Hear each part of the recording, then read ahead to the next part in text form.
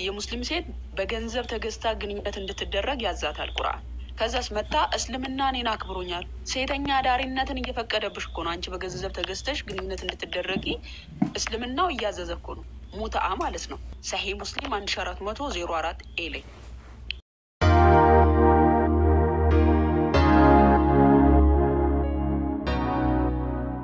እስልምናሽ ጎዶሎ ነሽ ለምስክርነት ብቁ ያልሆነችው ከአእምሯ ጉድለት የተነሳ ነው እያለሽ ነው።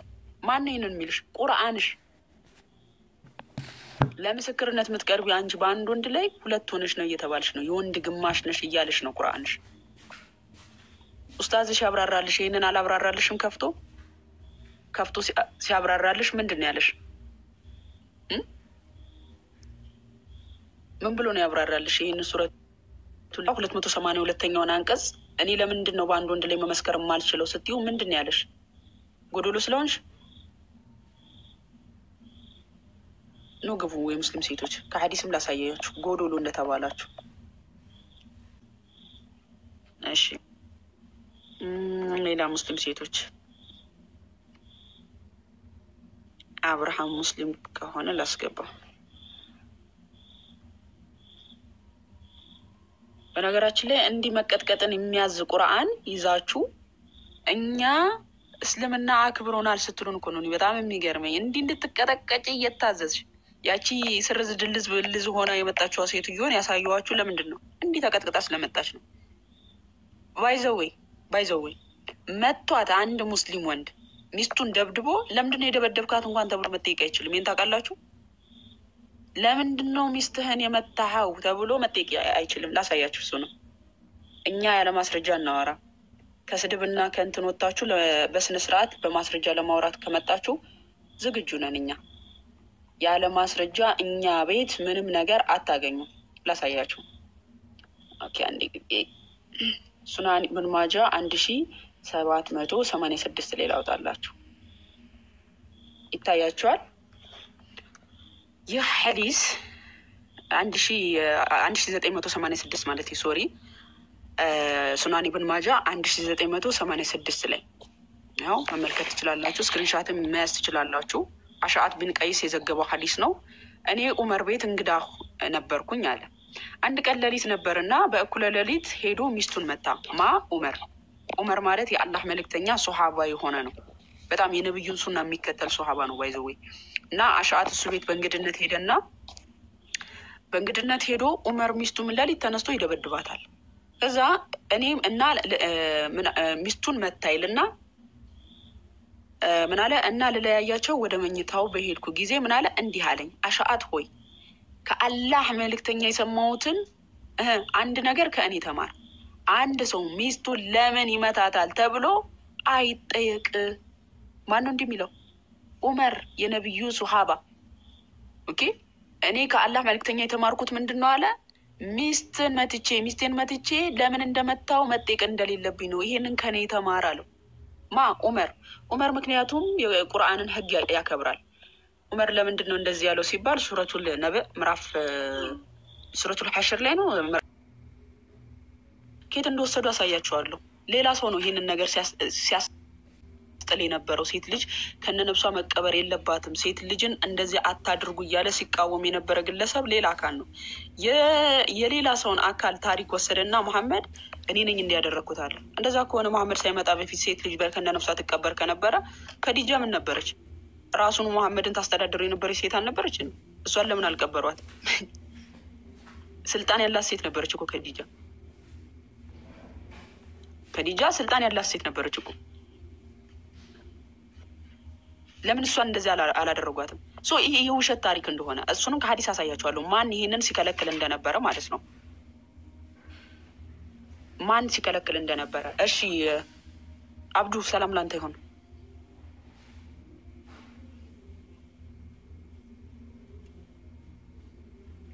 አላህ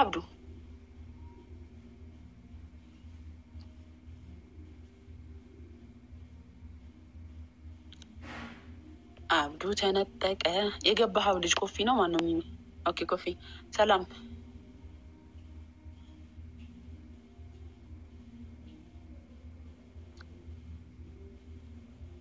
ጋይስ ገብታችሁ ለምንድን ነው ዝም የምትሉት? ለምንድን ነው ገብታችሁ ዝም የምትሉት? ጀማል ልግባ እያለ ነው። አስገቢ እስቲ ላክ ጀማል። ስልጣን ያላችሁ ቃል ያስገባውሽ የኔ ስታክ እያደረገ እንትን እያለኝ ስለሆነ ላስገባ ስል ጀማል አህመድን አስገባው። እሺ ሄና ወይ ሰላም፣ እንዴት ነህ? ሰላም ሙስሊም ነህ? አይደለሁም። ኦኬ እሺ በቃ እስኪ ገቡ ጠብቅ። ላስገባ ሙስሊም ጀማልን አስገቡት ጋይስ። የት አለ? እሺ ጀማሉ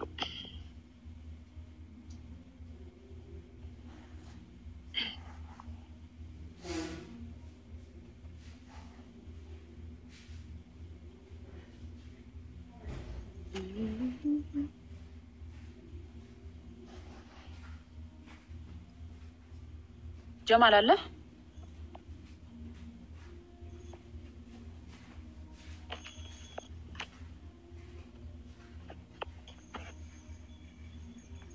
እንዴት ነው? ይሰማል?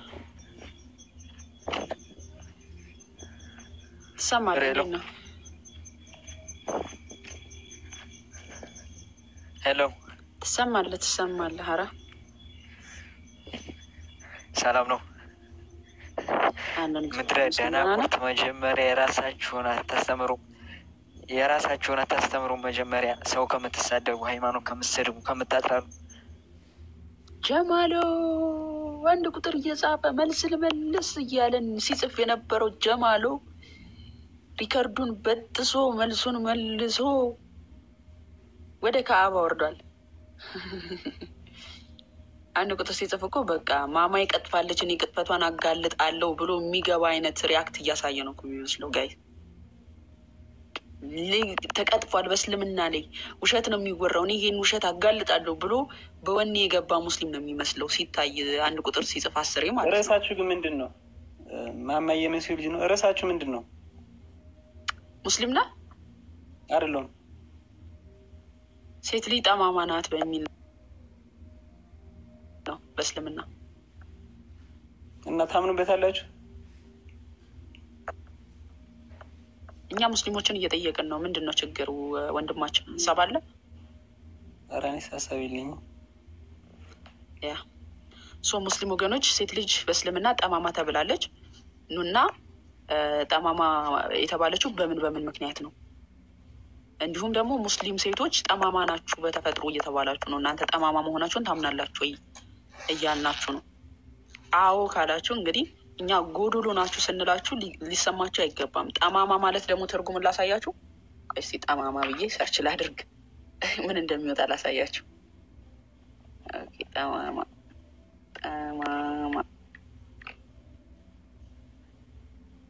ኦኬ ምን አድርጎ ያወጣልናል መሰላችሁ? ጠማማ የሚለውን ጠማማ ምንድን ነው ይለናል? ምች፣ የጠማማ ምች ትርጉም የጠመመ፣ ወልጋዳ፣ ገዳዳ፣ መንገድ፣ እንጨት፣ ልግመኛ፣ ቸልተኛ፣ ቅንነት የሌለው። እንግዲህ እንደዚህ አድርጎ የፈጠራችሁ ማን ነው? አላህ ነው።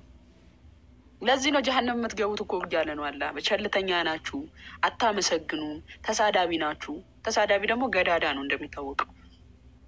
ይኸው ጠማማ ምች ትርጉሙ ምንድን ነው? የጠመመ፣ ወልጋዳ፣ ገዳዳ፣ መንገድ፣ እንጨት፣ ልግመኛ፣ ቸልተኛ፣ ቅንነት የሌለው ሰው። ኢማጂን ቁርአን ሐዲስ ደግሞ አንቺን ጠማማ ነሽ ይልሻል። ጠማማ የሚያደርገው ደግሞ ማን ነው ከተባለ ላሳያችሁ። አላህዬ ነው ጠማማ የሚያደርገው። ሱረቱል ኢብራሂም ምዕራፍ 14 ቁጥር 4 ላይ ምን ብሏል? እሱ አጥማሚ እንደሆነ ሲናገር ይኸው አላህ የሚሻውን ያጠማል፣ የሚሻውን ያቀናል። ማን ነው የሚያጠማው? አላህ። አጥማሚ ማን ነው? አላህ ነው። እንደዚህ ጠማማ ወልጋዳ አድርጎ የፈጠራት ደግሞ ማን ነው? በሐዲሱ መሰረት አላህ ከተወላገደው ከአደም ጎድን ከጠማማው ከአደም ጎድን ስለፈጠራት ማለት ነው። በደንብ አስተውሉ። አደም ጎድኑ ጠማማ ነው። ከዚህ ከጠማማው ጎድን የመጣችው ሀዋ ማለት ነው። ግን አደምን ጠማማ አይለው። ከሱ ከጠማማው ጎድን መታ አደምን ጠማማ አይለው። እሷን ነው ጠማማ ናት ለማስተካከል ብትሞክር እንኳን ትሰብራታለህ፣ ብትተዋት ደግሞ ተጣማ ትቀራለች እያለ ያለው ማለት ነው። ከነጥመቷ ትይዛታለህ የሚለው። ከዛስ አደም ለምንድነው ያልተባለው? የተጣመመ ጎድን የያዘው እኮ አደም ነው። አረ ለምንድነው እሱ ጠማማ ያልተባለው? ለምንድነው ሴት ልጅ ጠማማ እንደው ለማስተካከል ብትሞክር እንኳን ትሰብራታለህ፣ ከነጥመቷ ብትተዋት ደግሞ ከነጥመቷ ትተዋታለህ ትቀራለች ብሎ የሚናገረው? ለምን አደምን አላለው? ሴት ልጅ ላይ ብቻ ነው ኃይሉ። አላህና መሐመድ ሴት ልጅ ላይ ብቻ ነው ኃይላቸው። በመጽሐፍ ቅዱስ ግን ሴት ልጅ ምንድን ናት ብላችሁ ስትመለከቱ በጣም በሚያስገርም ሁኔታ በጣም ብዙ ሴቶች አሉ መጽሐፍ ቅዱሳችን ላይ። በጣም ብዙ በርካታ ሴቶች አሉ። የተጠቀሱትም ሴቶች ደግሞ እጅግ ሊቅ የተባሉ ሴቶች ናቸው። ማስተማር የሚችሉ ሀገረ ስብከትን መምራት የሚችሉ ነቢያት የተባሉ ናቸው። ባይዘው ለምሳሌ በቁርአን ላይ ሄዳችሁ ከሱረቱል ፋቲሃ እስከ ሱረቱል አናስ ሀዋ የሚል ስም ኦኬ፣ እዚህ ላይ ሄዳችሁ እዚህ ቁርአን ላይ ገብታችሁ ከሱረቱል ፋቲሃ እስከ ሱረቱል አናስ ሀዋ የሚል ስም አታገኙ። የለም ሀዋ የሚል ስም ማለት ነው። የአደም ሚስት የአደም ሚስት የአደም ሚስት ይላታል። የአደም ሚስት ማናት? ሰርች አድርጋችሁ ብትፈልጓት የለችም ሀዋ የሚባል ስሟ አንድም ቦታ የለም ሀዋ ተብላ የተጠራች። በቁርአን ላይ የተጠቀሱ ሁለት ሴቶች አሉ። እነሱ ማና ማን ናቸው ካላችሁ በስም የተጠቀሱ ማለት ነው ሀና የመርየም እናትና መርየም ብቻ ናቸው። በቃ ከሁለቱ ሌላ ማንም ሴት የለም። ሀዋ እንደዚህ የአደም ሚስት ተብላ የምትጠቀሰው ሴት ስሟ የለም በቁርአን ላይ ብትፈልጉ። መጽሐፍ ቅዱሳችን ላይ በቁርአን ላይ ካያችሁ ሴት ልጅ ለምስክርነት እንኳን ሁለት ሆና ነው መቅረብ ያለባት እየተባለች ነው። መጽሐፍ ቅዱስ ላይ ግን ሀገረ መሪ የሆኑ የለፊዶ ሚስት ዲቦራ እነ ማርያም ነቢያት የነበሩ ሴቶች ኦኬ ብጠቅስላችሁ ብዙ ሴቶች አሉ። ያው እዚህ ጋር ብጠቅስላችሁ ሄዋን፣ ማርያም፣ ማርታ፣ ማርያም ብዙ ማርያሞች ስላሉ መግደላዊቷ ማለት ነው። ማርያም የማርታ እና የአላዛር እህት ማርያም፣ ቅድስት ድንግል ማርያም፣ የኢየሱስ እናት፣ ሳራ፣ ረአብ፣ ሩት በጣም መጽሐፍ ቅዱስ ላይ ብዙ ሴቶች ተጠቅሰዋል። እነዚህ ሴቶች ደግሞ ነቢያት የነበሩ ለምሳሌ ማርያም ዘጸአት ምዕራፍ 15 ቁጥር 20 ላይ የተጠቀሰችው ሴት ማለት ነው። ያቺ ሴት ማንሽ ካላችሁ እስራኤላውያን ከግብጽ ባርነት ነፃ ወጥተው ወደ ርስት ሀገራቸው ወደ ከነአን ሲመለሱ በከበሮ በእልልታ ህዝቡን ትቀበል የነበረች ነብይቱ ማርያም፣ የሙሴ እህት ማርያም መጽሐፍ ቅዱስ ላይ ነብይ የነበረች ሴት አለች። ዲቦራ ሀገረ መሪ የነበረች ሴት ነች። ካያችሁ ሀገረ መሪ የነበረች ሴት ናት። እና አስቴር በአዲስ ኪዳን ስትመጡ እነ ፌበን ቅዱስ ጳውሎስ ሮሜ ምዕራፍ 16 ቁጥር 1 ላይ ቅዱስ ጳውሎስ ምን ብሎ ስለዛች ሴት ይመሰክርላታል? ሮሜ ምዕራፍ 16 ላይ ቅዱስ ጳውሎስም በወንጌል ታገለግለው የነበረች ጎዶሎ ነሽ አልተባለችም ሴት፣ በወንጌል ታገለግል የነበረች ሴት ናት። ይኸውላችሁ ለቅዱሳን እንደሚገባ በጌታ ተቀበሉ። በክንክራውስ ባለች ቤተክርስቲያን አገልጋይ የምትሆን እህታችን ፌበን አደራ ብያቸዋለሁ አለ። እቺ ፌበን ማነች? ቅዱስ ጳውሎስን ታገለግል የነበረች ጀግና ሴት ናት። ባይዘው በክንክራውስ ባለች ቤተክርስቲያን አገልጋይ የምትሆን እህታችን ፌበን አደራ ብያቸዋለሁ። ለቅዱሳን እንደሚገባ አለ በጌታ ተቀበሏት። እርሱ አለ ለብዙዎችም ለእኔም ለራሴ ደጋፊ ነበረችና አለ። ቅዱስ ጳውሎስን ታገለግል ነበረ፣ ትደግፍ ነበረ። ከእናንተም በምትፈልገው በማናቸው ነገር እርዷት አለ ቅዱስ ጳውሎስ። ምን አለ? በክርስቶስ ኢየሱስ አብረውኝ ለሚሰሩ ለጵርስቅላና ለአቂላ ሰላምታ አቅርቡልኝ አለ። እነዚህ ክርስቶስን ማነው ቅዱስ ጳውሎስን ያገለግሉ የነበሩ ሴቶች ናቸው። ማነው? እቺ ፌበን ቅዱስ ጳውሎስን ታገለግል የነበረች ሴት ናት። ስለዚህ ቅዱስ ጳውሎስ እሱን ያገለግሉት የነበሩትን ሴቶችን እንደዚህ ሰላምታ እያቀረበ ድጋፋቸውን ሁላ እሱን ይደግፉት እንደነበረ ይመሰክርላቸዋል ማለት ነው መጽሐፍ ቅዱስ በአዲስ ኪዳንም በብሉይ ኪዳንም። በእስልምናስ የለም። እሺ ዋማ ሰላም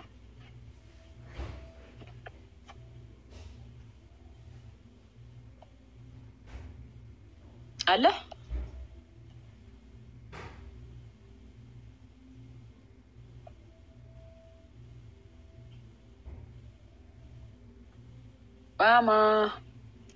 ወማ ቀተለሁ ወማ ሰለብሁ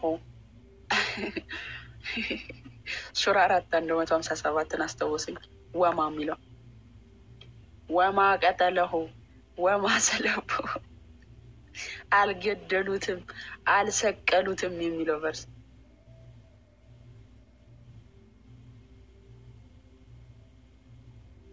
ኦኬ እሺ፣ ሌላ ሙስሊም አስገባ ቃሌ። ይህንኛው የለም።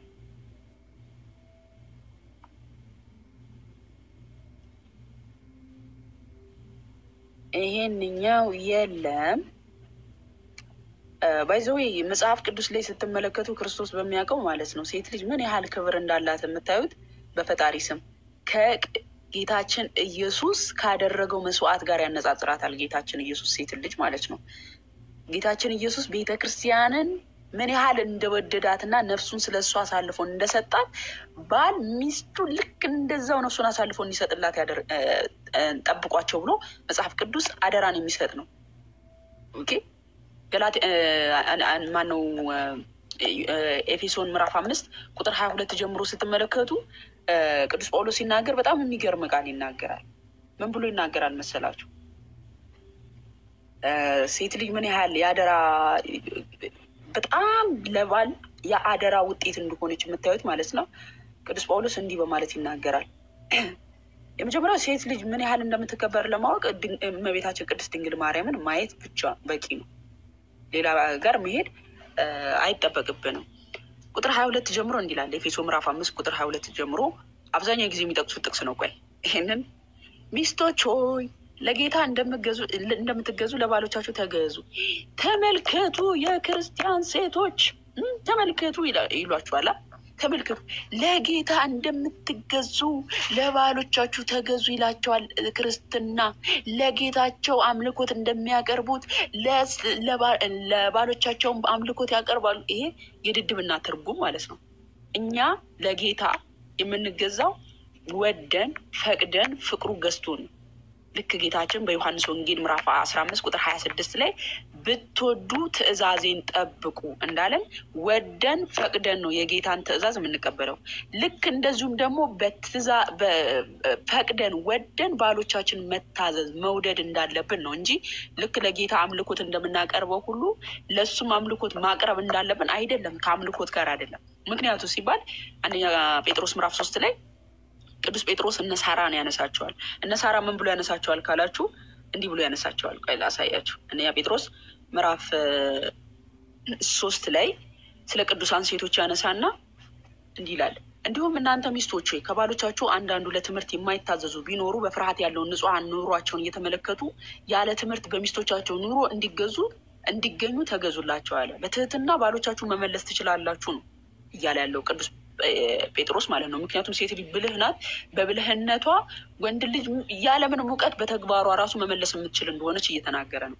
ለእናንተም ጠጉርን በመሸረብና ወርቅን በማንጠልጠል ወይም ልብስን በመጎናጸፍ በውጭ የሆነ ሽልማት አይሆንላችሁ። ነገር ግን አለ በእግዚአብሔር ፊት ዋጋው እጅግ የከበረ የዋህና ዝግተኛ መንፈስ ያለውን የማይጠፋውን ልብስ ለብሶ የተሰወረ የልብ ሰው ይሁንላችሁ። እንግዲህ አለ አሁን ቅዱሳን ሴቶች እነ ሳራን ሊያነሳ ነው። እንግዲህ በቀድሞ ዘመን በእግዚአብሔር ተስፋ ያደረጉ ቅዱሳን ሴቶች ደግሞ ለባሎቻቸው ሲገዙ ተሸልመው ነበርና አለ። እነ ሳራን ማለት ነው ተሸልመው ነበርና፣ እንዲሁም ሳራ ለአብርሃም ጌታ ብላ እየጠራችሁ ታዘዘችለት አለ። ኦኬ ለጌታ እንደምትገዙ ለባሎቻችሁ ተገዙ ሲል ሳራ ለምሳሌ ጌታ ብላ እየጠራችሁ ታዘዘችለት። ሳራ አብርሃምን እያመለከችው ነበር ጋይስ? ሳራ አብርሃምን እያመለከችው ነበር አይደለም። እያመለከችው አልነበረም።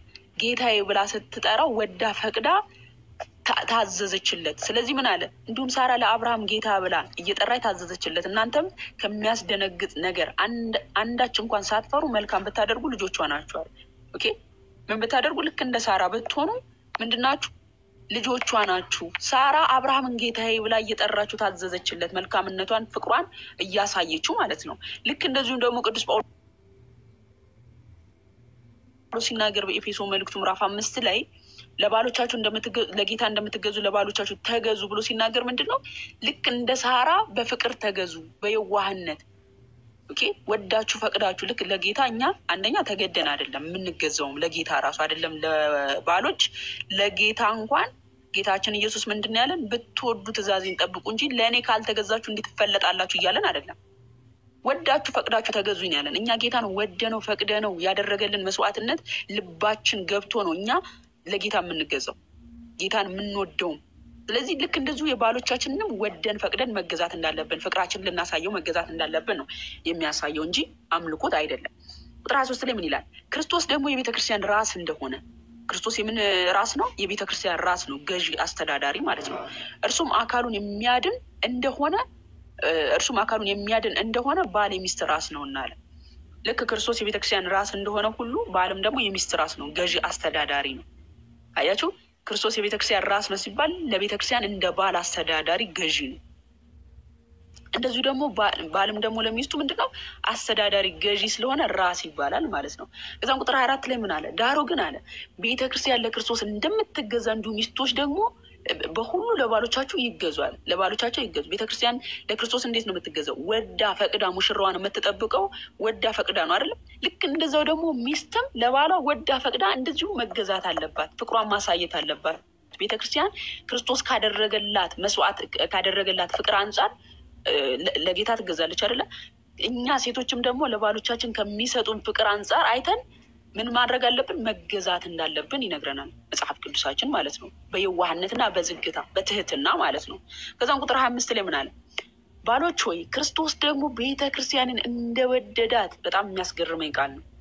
ክርስቶስ ቤተክርስቲያንን እንደወደዳት። ኦኬ ሚስቶቻችሁን ውደዱ። ክርስቶስ እንዴት ነው ቤተክርስቲያንን የወደዳት ጋይስ? ነፍሱን አሳልፎ እስከ መስጠት ድረስ። ምን አለን? እዛው ጋር ይመልስልናል። ባሎች ሆይ ሚስቶቻችሁን ደግሞ ባሎች ሆይ ክርስቶስ ቤተክርስቲያንን እንደወደዳት ሚስቶቻችሁን ውደዱ ካለ በኋላ በውሃ መታጠብና ከቃሉ ጋር አንጽቶ እንዲቀድሳት ስለ እርሷ ራሱን አሳልፎ ሰጥቷል አለ። ሰጠ። እድፈት ወይም የፊት መጨማደድ ወይም እንዲህ ያለ ነገር ሳይሆንባት ቅድስትና ያለ ነውር ትሆን ዘንድ ክብርት የሆነች ቤተክርስቲያን ለራሱ እንዲያቀርብ ፈለገ ካለ በኋላ ቁጥር 28 ላይ እንዲሁም ባሎች ሆይ ባሎች ደግሞ እንደገዛ ስጋቸው አድርገው የገዛ ሚስቶቻቸውን ሊወዷቸው ይገባቸዋል። አንድ ባል ሚስቱን ሲጠላ የገዛ ስጋውን ነው የሚጠላው። ባይዘው ለምን ይላል? ይሄ እንደገዛ ስጋቸው አድርገው ምን አድርጓቸው? እንዲሁም ባሎች ሆይ ደግሞ እንደገዛ ስጋቸው አድርገው የገዛ ሚስቶቻቸውን ምን ይበሏቸው? ሊወዷቸው ይገባል። የገዛ ሚስቱን የሚወድ ራሱን ይወዳል። ሚስትህን ከጠላ ራስን ትጠላለህ፣ ሚስትህን ከወደድክ ራስን ትወዳለህ እየተባልክ ነው።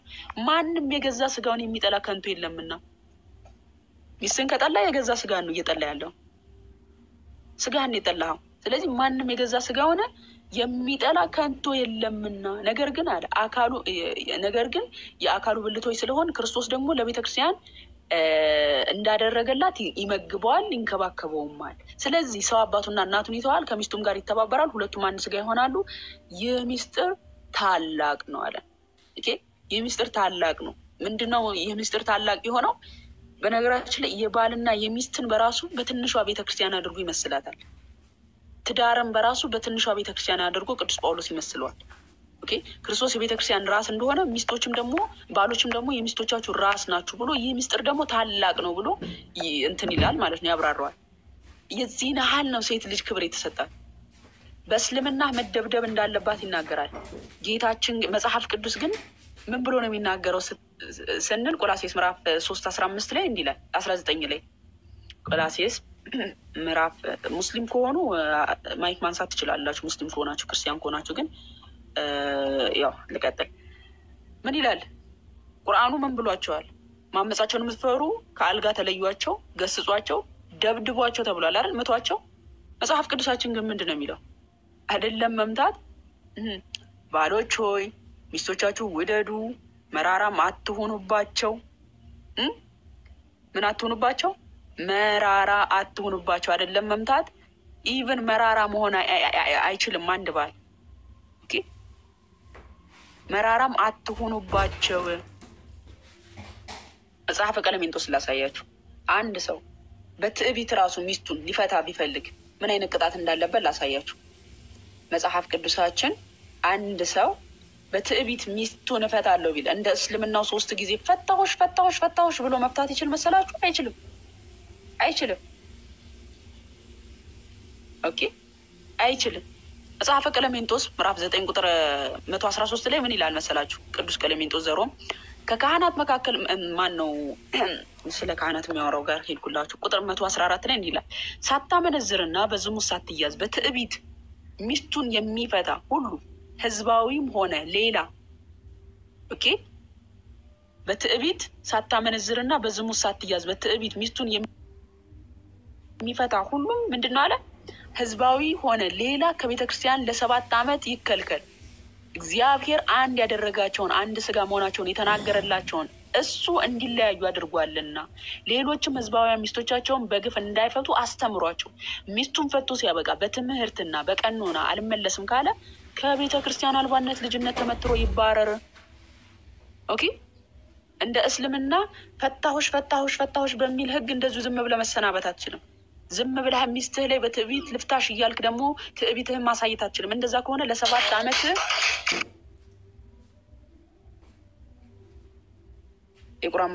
ልክ ቁርአን ላይ ስገባ ማስታወቂያ ይመጣል። እንደ እስልምና የሆነ ሰዓት ሲደርስ ልፍታሽ ፈታሆሽ ማለት አትችልም። 3 ጊዜ በጣት ፈታሆሽ ማለት አትችልም። ምክንያቱም በቃል ኪዳን የገባኸው ይህ እቃ ትዳር አይደለም። ትዳር ማለት ትንሿ ቤተክርስቲያን ስለሆነች ስትፈልግ እንደ ማስቲካ አኝከ ከተፋት በኋላ ሁለተኛ የምትደርብባት አይደለችም የክርስቲያን ሴት። ይሄንን ስታሳያቸው ምን ይላሉ? የእናንተ ወንዶች እኮ ከእንትን ውሽማ ይይዛሉ። ምን አገባን? ውሽማ አድርጎ ካልያዘሽ በስተቀር እኛ ምን አገባን? እኛ ስለ ህጉ ነው እያወራን ያለ ነው። ስለ ሰዎች የግል ኃጢአት አይደለም እያወራን ያለ ነው። መጽሐፍ ቅዱስ ሴት ልጅ በምን ያህል አልቋታል? ሴት ልጅ ምን ያህል መብት ሰጥቷታል? ወንድ ልጅ የተከለከለው ምንድነው? ሴት ልጅ የተከለከለችው ምንድነው ብሎ መጽሐፍ ቅዱስ ግልጽ ነግሮናል። ከዛ ውጭ በራሱ ነጻ ፍቃድ ሄዶ የሚያደርገውን ዝሙትና ኃጢአት ምን አገባን? ይመለከተናል?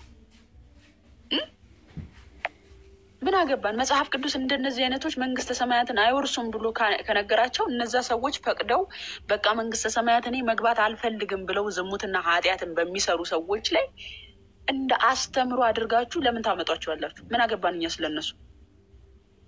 ያ ዝሙትን የሚሰራ ወዴት ይገባል ብሎናል። መንግስተ ሰማያትን አይወርስም። መለያየት፣ መናቀፍ፣ መቀኝነትን፣ መግደል፣ ስካር፣ ዘፋኝነት ይህንንም የሚመስል ኦኬ ዝሙትን የሚሰራ የእግዚአብሔር መንግስት አይወርስም ብሎናል። ይኸው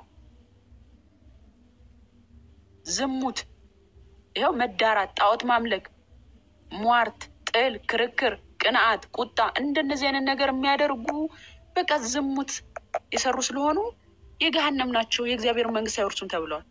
ስለዚህ እነዚህ ሰዎች በራሳቸው ነፍስ ላይ ፈርደው የሚሰሩ ሰዎች ናቸው።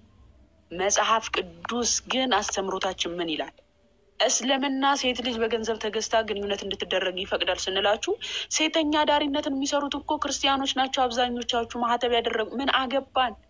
አስተምሮትሽን ነው እያሳየን ያለ ነው። ያቺ የምታደርገዋ አስተምሮቷ ፈቅዶላት አይደለም። የእናንተ ግን ሞታ የሚሰሩት አስተምሮቱ ፈቅዶላቸው ነው። አስተምሮቱ ፈቅዶላቸው ሴተኛ ዳሪነትን በግልጽ ፈቅዶላቸው ነው። የእኛ መጽሐፍ ቅዱስ ፈጽሞ ይሄንን ነገር አይፈቅድላቸውም። ቅዱስ ጳውሎስ በአንደኛ ቆሮንቶስ ምዕራፍ 12 ላይ በጣም ይቃወማል። ይሄንን አትቅረቡ ዝሙትን ስሩት አይደለም፣ በነገራችን ላይ እንዳትሰሩት አይደለም እንዳትቀርቡት ከዝሙት ሽሹ እያለ ነው የሚናገረው። አረ እንደውም በጣም የሚያስገርም ለቆሮንቶስ ሰዎች የላከላቸው መልእክት አለ። በጣም የሚያስገርም ማለት ነው። ላንብብላችሁ። ለቆሮንቶስ ሰዎች ምን ይላቸዋል መሰላችሁ? ሐዋርያው ቅዱስ ጳውሎስ እንደሚታወቀው በእስር ቤት ሆኖ ወንጌል መልእክት ይልክላቸዋል። ለቆላሲዮስ ሰዎች፣ ለቆሮንቶስ ሰዎች መልእክታትን ይልክላቸዋል። ሲልክላቸው የሚሰማቸው ነገሮች አሉ። የቆሮንቶስ ሰዎች ምን እያደረጉ እንደሆነ ቅዱስ ጳውሎስ መልእክት ይደርሰዋል። መልእክት ይደርሰውና እያደረጉ ያሉት ከእግዚአብሔር እየራቁ እንደሆነ በኃጢአት እየወደቁ እንደሆነ መልእክት ሲደርሰው መልእክት ይጽፍላቸዋል። ምን ብሎ ይጽፍላቸዋል መሰላችሁ? አንደኛ ቆሮንቶስ ምዕራፍ 5 ላይ እንዲላል በአጭር ቃል በእናንተ መካከል ዝሙት እንዳለ ይወራል አላቸው። የዚያም አይነት ዝሙት በአሕዛብስ እንኳን የማይገኝ ነው አለ። እናንተ ዘንድ እየሰማ ያለሁት ዝሙት በአሕዛብ ዘንድ እንኳን የማይገኝ ነው። የአባቱ ሚስት ያገባ ሰው እንኳን ይኖራል።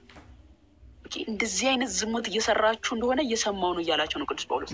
በአሕዛብ ዘንድ እንኳን የማይሰራን ዝሙት እየሰራችሁ ነው። እናንተ ታቢያችኋል፣ ይልቅስ እንዳታዝኑ አይገባችሁም ይህን ስራ የሰራው በመካከላችሁ ይወገድ። እኔ ምንም እንኳን በስጋ ከእናንተ ጋር ባልሆን በመንፈስ ከእናንተ ጋር ነኝ፣ ከእናንተም ጋር እንዳለው ሆኜ ይህን እንደዚህ በሰራው ላይ በጌታችን በኢየሱስ ክርስቶስ ስም አሁን ፈርጄበታለሁ ይላል ቅዱስ ጳውሎስ። አያችሁ፣ ከእናንተ ጋር ህብረት እንዳይኖረው ይላል። ወደ ታች ሄዳችሁ ስትመለከቱ እንደዚህ አይነት ሰው ማህበሩን ይበክላልና ከእናንተ ጋር ህብረት እንዳይኖረው ይወገድ ይላል። ዝሙት የሚሰሩ ሰዎች፣ ኃጢአትን የሚሰሩ በሞት አይደለም ደግሞ ጋይስ፣ ልጅነትን የሚያጣ ማለት ነው፣ ከቤተክርስቲያን የሚወጣ ነው። ኦኬ፣ እንደዚህ አይነት ሰዎችን ቅዱስ ጳውሎስ እንደዚህ በመልእክታቱ እንትን ይላቸዋል፣ ይገስጻቸዋል፣ ይቆጣቸዋል። እስልምናው ግን በግልጽ ሴተኛ ዳሪነትን በገንዘብ ተገዝቶ ግንኙነት ማድረግን ይፈቅድልናል። አረ ምን እሱ ብቻ እንግዲህ ለዓለማት እዝነት ተላክ የተባለው ነቢይ ሙሐመድ ከሚስቱ ሰራተኛ ከመርየም ቅብጥያ ጋር ተኝቶ ተገኘ። ላሳያችሁ እሱ ነው በመረጃ ስለሆነ ማለት ነው። ያው ያለ መረጃ ነው የምታወሩት እንዳትሉ፣ እያንዳንዱን በመረጃ ነው የምናወጣላችሁ ጋይስ። እሺ ይሄ ቁርአን ታውቁታላችሁ። ሱረቱል ተሕሪም ላይ ልግባላችሁ። በጣም ይርቃል ግን ይሄድላችሁና ላሳያችሁ። ነብዩ ዝሙት ሲሰራ ተገኝቶ ለ29 ቀን ተደብቆ እንደነበር ላሳያችሁ። ለ29 ቀን ተደብቆ እንደነበረ ላሳያችሁ። ሰው አስገቡ ጋይስ፣ የኔ ስታክ እያደረገ እያስቸገረኝ ስለሆነ ነው። ሙስሊሞችም ካሉ አስገቧቸው። እሺ ሱረቱል ተሕሪም ኦኬ፣ ገና 16 ላይ ነኝ። አይገርማችሁ? በጣም ሩቅ ነው ይሄ። እንግዲህ ቅዱስ ጳውሎስ ታስሮ እንኳን መልእክታትን እየጻፈ አረ እናንተ ዘንድ የሚሰማው ዝሙት በአህዛብስ እንኳን አልተሰማም፣ እንደዚህ የምታደርጉ ሰዎች እንዲያታድርጉ እያለ ሲገስጻቸው እንመለከታለን። ኦኬ፣ ለዓለማት እዝነት ተላከ ተብሎ ለሰው ልጆች አርያ የሆነው መሐመድስ ብለን ስንል አንድ ይህችን ቨርስ ላሳያቸው ቃል አንዴ ቆይ፣ ምክንያቱም ይህንን ትቼ ስወጣ ገና እንድፈልግ ያደርገኛል። ወይ ስክሪንሻት አድርጌ ልውጣ። ሰላም ላንተ የሆነ የገባኸው ወንድማችን ወይም እህታችን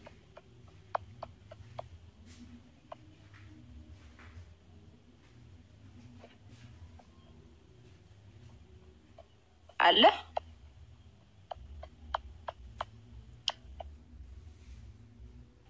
ኦኬ የለም፣ ላሳያችሁ። በቃ ቁጥር 34 ገና ምዕራፍ 34 ላይ ነኝ። ይህን ቁርአን የምትፈልጉ እህቶች ካላገኛችሁ ግሩፕ ላይ ያለላችሁ በአማርኛው ከነ ተፍሲራቱ ያስቀመጠላችሁ ማለት ነው። ቢያንስ ይሄንን እንኳን አያነቡም። በነገራችን ላይ ሙስሊም ሴቶች ይሄንን እንኳን የት እንዳለ እንኳን አያውቁትም። ባይዘው አረብኛ ና ብለው ይቀራሉ፣ ትርጉሙን አያውቁትም። ከዛ እዚህ አምጥተን ስናሳያቸው ስድብ ነው የሚሳደቡት።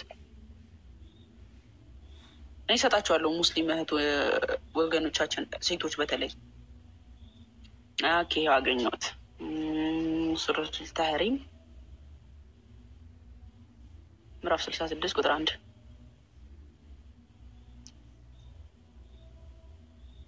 አንተ ነብይ ሆይ ታያችኋላ። ይህ አንቀጽ የወረደበት ምክንያትን ላሳያችሁ። አንተ ነብይ ሆይ አላህ ለአንተ የፈቀደልህን እንግዲህ ቅዱስ ጳውሎስ ዝሙትን እንዴት ትሰራላችሁ? ወደ ዝሙት አትቅረቡ፣ አረ እናንተ ዘንድ የተሰማው ዝሙት በአሕዛብስ እንኳን የለም እያለ ሲገስጻቸው እንመለከታለን። ለእኛ ምሳሌያችን የሆነው እኔ ክርስቶስን እንደምመስል እናንተም እኔን ምሰሉ ያለን ታላቁ በጣም እጅጉን የምንወደው በቅዳሴያችን ላይ ሁሌ የሚነሳው ብርሃን ዓለም ቅዱስ ጳውሎስ ምን ይለናል መሰላችሁ? ወንጌላት ሁሉ የሚነበብለት ማለት ነው። እንግዲህ የኛ ቅዱስ ጳውሎስ እንደዛ ሲገስጸን እንመለከታለና ለዓለማት እዝነት ተልኮ ለሰው ልጆች ምሳሌ የተባለው መሐመድ ደግሞ ምን ያደርጋል መሰላችሁ? አንተ ነብይ ሆይ አላህ ለአንተ የፈቀደልህን ነገር ሚስቶችን ማስወደድን የምትፈልግ ስትሆን በአንተ ላይ ለምን እርም ታደርጋለህ? አላህ እጅግ መሐሪና አዛኝ ነው አለ። የአንቀጽ የወረደበትን ሰበበል ነዙሩን አልስዩጢና አልዋሂዲ ሲያብራሩ እንዲላል። ይኸውላችሁ ይታያችኋል ጋይስ። ኦኬ ይሄ አንቀጽ የወረደው አለ ከእርም የማድረግ ምዕራፍ አንደኛው አንቀጽ የወረደበት ምክንያት ነብዩ የልጅ እናታቸው ማርያ ማለት ምንድነች? ባሪያ የነበረች ሴት ነች። የግብፁ ንጉስ ሽልማት አድርጎ የሰጠው ለሙሐመድ ማለት ነው። ሚስት አይደለችም። ባይዘው ባሪያ ናት፣ አገልጋይ ባሪያ።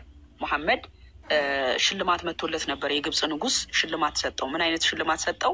ሽቶ፣ ሴት ልጅና ዶክተር አድርጎ ከሶስቱ ምረጥ ተብሎ ሲሰጠው ዶክተሩን ተወና ሽቶንና ሴቷን ወሰደ። ማንን? ማርያ ቀብጥያንና ሽቶን።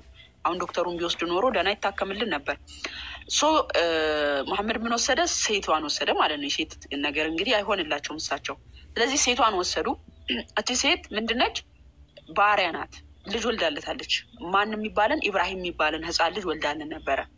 ይሄ ኢብራሂም ደግሞ በልጅነቱ ነው የሞተው። ወልዳለት ወዲያው ሞተ ማለት ነው። አገልጋይ ናት እና ምን ይላል? ከእርም ማድረግ ምዕራፍ አንደኛው አንቀጽ የወረደበት ምክንያት አለ የልጅ እናታቸውን ማርያም በአይሻ ቀን፣ በአይሻ ተራ ማለት ነው። ነቢዩ ተራ ሰጥቷቸዋል ለሚስቶቹ። ሰኞ አንቺ ጋ፣ ማክሰኞ አንቺ ጋ፣ ሮብ አንቺ ጋ 13 ሚስት አለው። 13 ነው 11 ሚስት አለው።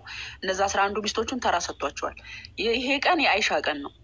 በአይሻ ቀን በሌሊቱ ሚስታቸውን በሀፍሳ ቤት ይዘዋት ገብተው ምን ሊያደርጉ? ግንኙነት ሊያደርጉ ማለት ነው። በአይሻ ቀን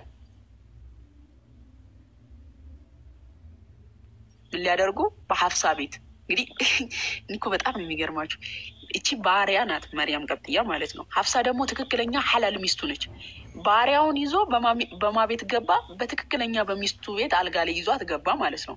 በሀፍሳ ቤት ይዘዋት ገብተው ሀፍሳ ስላገኘቻቸው ተቆጥተው ከሌሎች ሚስቶች ቤት የማያደርጉትን እኔ ቤት ያደረጉት ስለናቁኝ ነው በማለት ሲያማርሩ እንግዲህ ምን አለች? እችን ሴት ይዟት የገባው በማ ቤት ነው? በሀፍሳ ቤት ነው። ሀፍሳ ደረሰችባቸው። ከዛ ምን አለች? ሌሎች ሴቶች ቤት፣ ሌሎች ሚስቶች ቤት የማታደርገውን ነገር እኔ ቤት ያደረግከው ስለናከኝ ነው በማለት በጣም አማራ ነብዩን ተናገረችው ማለት ነው ሴት። ከዛ አይደለም ይህን ጉዳይ ለአይሻ አትንገሪያት። ምን አለ? ይህን ጉዳይ ለአይሻ አትንገሪያት፣ እሷም ከዛሬ በኋላ በእኔ ላይ እርም ናት አሏት። አትንገሪብኝ፣ አይደለም ስለናኩሽ አይደለም። ይህንን ነገር የአይሻን ቀኗ ከባሪያ ጋር ሲገናኝ የነበረው ይህንን ነገር ለአይሻ አትንገሪብኝ። አይሻን በጣም ነው የሚወዳት መሐመድ። ለአይሻ አትንገሪብኝ፣ ከዚህ በኋላ አልነካትም፣ በቃ ዝች ሴት ጋር አልቀርብም አላት። እርም ናት በእኔ ላይ አለ። ከዛስ ምን አለችው ሀፍሳ? እሷ ሰራተኛ አይደለችም እንዴ? እንዴት ሐራም ትሆናለች ስትላቸው፣ ምክንያቱም ባሪያ ሴት ሐላል ናት። ሱራ 23 ቁጥር 6 ላይ ባሪያዎች ለእነሱ የተፈቀዱ ናቸው፣ ወደ እነሱ ማስጠጋት ይቻላል። ሱራ 4:24 ላይ ባሪያ ሴትን እንደፈለገው ግንኙነት ማድረግ ይቻላል ተብሏል። ለምሳሌ በምርኮ የተገኙ ሴቶችን ምናምን ማለት ነው። ስለዚህ ምን አለችው ሀፍሳ? እቺ ሴት ባሪያ አይደለችም እንዴ? እንዴት ሐራም ትሆናለች አለችው። ከዛም በፍጹም ከዚህ በኋላ አልቀርባትም፣ ባይሆን ለማንም አትንገሪ ብለዋት ሳለ ለአይሻ ነገረቻቸው። ሀፍሳ ይገርማችኋል፣ እንደኔ ሆዷ መላጣ ነው። ሚስጥር አትጠብቅም። ሄዳ ምክር ያደረገችባቸው። አሁን ያነበብኩትን ሚስጥር አልጠብቅም መጥቼ ለእናንተ ትውስ አልኳቸው። ጋይስ ሀፍሳ አትንገሪብኝ ተብላ እንደዛ ተለምና ሄዳ ለአይሻ ንግር ያደረገች። ምና ነው? ለማንም አትንገሪ ብለዋት ሳለ ለአይሻ ነገረቻቸው። ነብዩ ይህም ማድረጋቸውን በአይሻ በኩል ሲሰሙ በዚህ ጊዜ ለ1 ወር ወደ ሴቶቻቸው ሳይቀርቡ ማሉና 29 ሌሊት ራቋቸው። 29 ቀን ተደበቀ መሐመድ ከሚስቶቹ። እነሱ ተሰባስበው እንዴት እንደዚህ ያደርጋል ነብዩ እንዴት ምናምን እየተባባሉ ነው። ከዛን እሱ ለ29 ቀን ተደበቀና መጨረሻ ላይ ሲመጣ ምን አለ? ይሄ አንቀጽ ወረደልኝ አላቸው። ምን? አንተ ነብዩ ሆይ አላህ ለአንተ ይፈቀድ አላህ እኮ እንዲያለኝ አላቸው። 29 ቀን እኮ እነሱ ፊት መቅረብ አቅቶት ተደብቆ ዝሙት ሰርቶ ማለት ነው። ተደብቆ የነበረው ሰውዬ መጨረሻ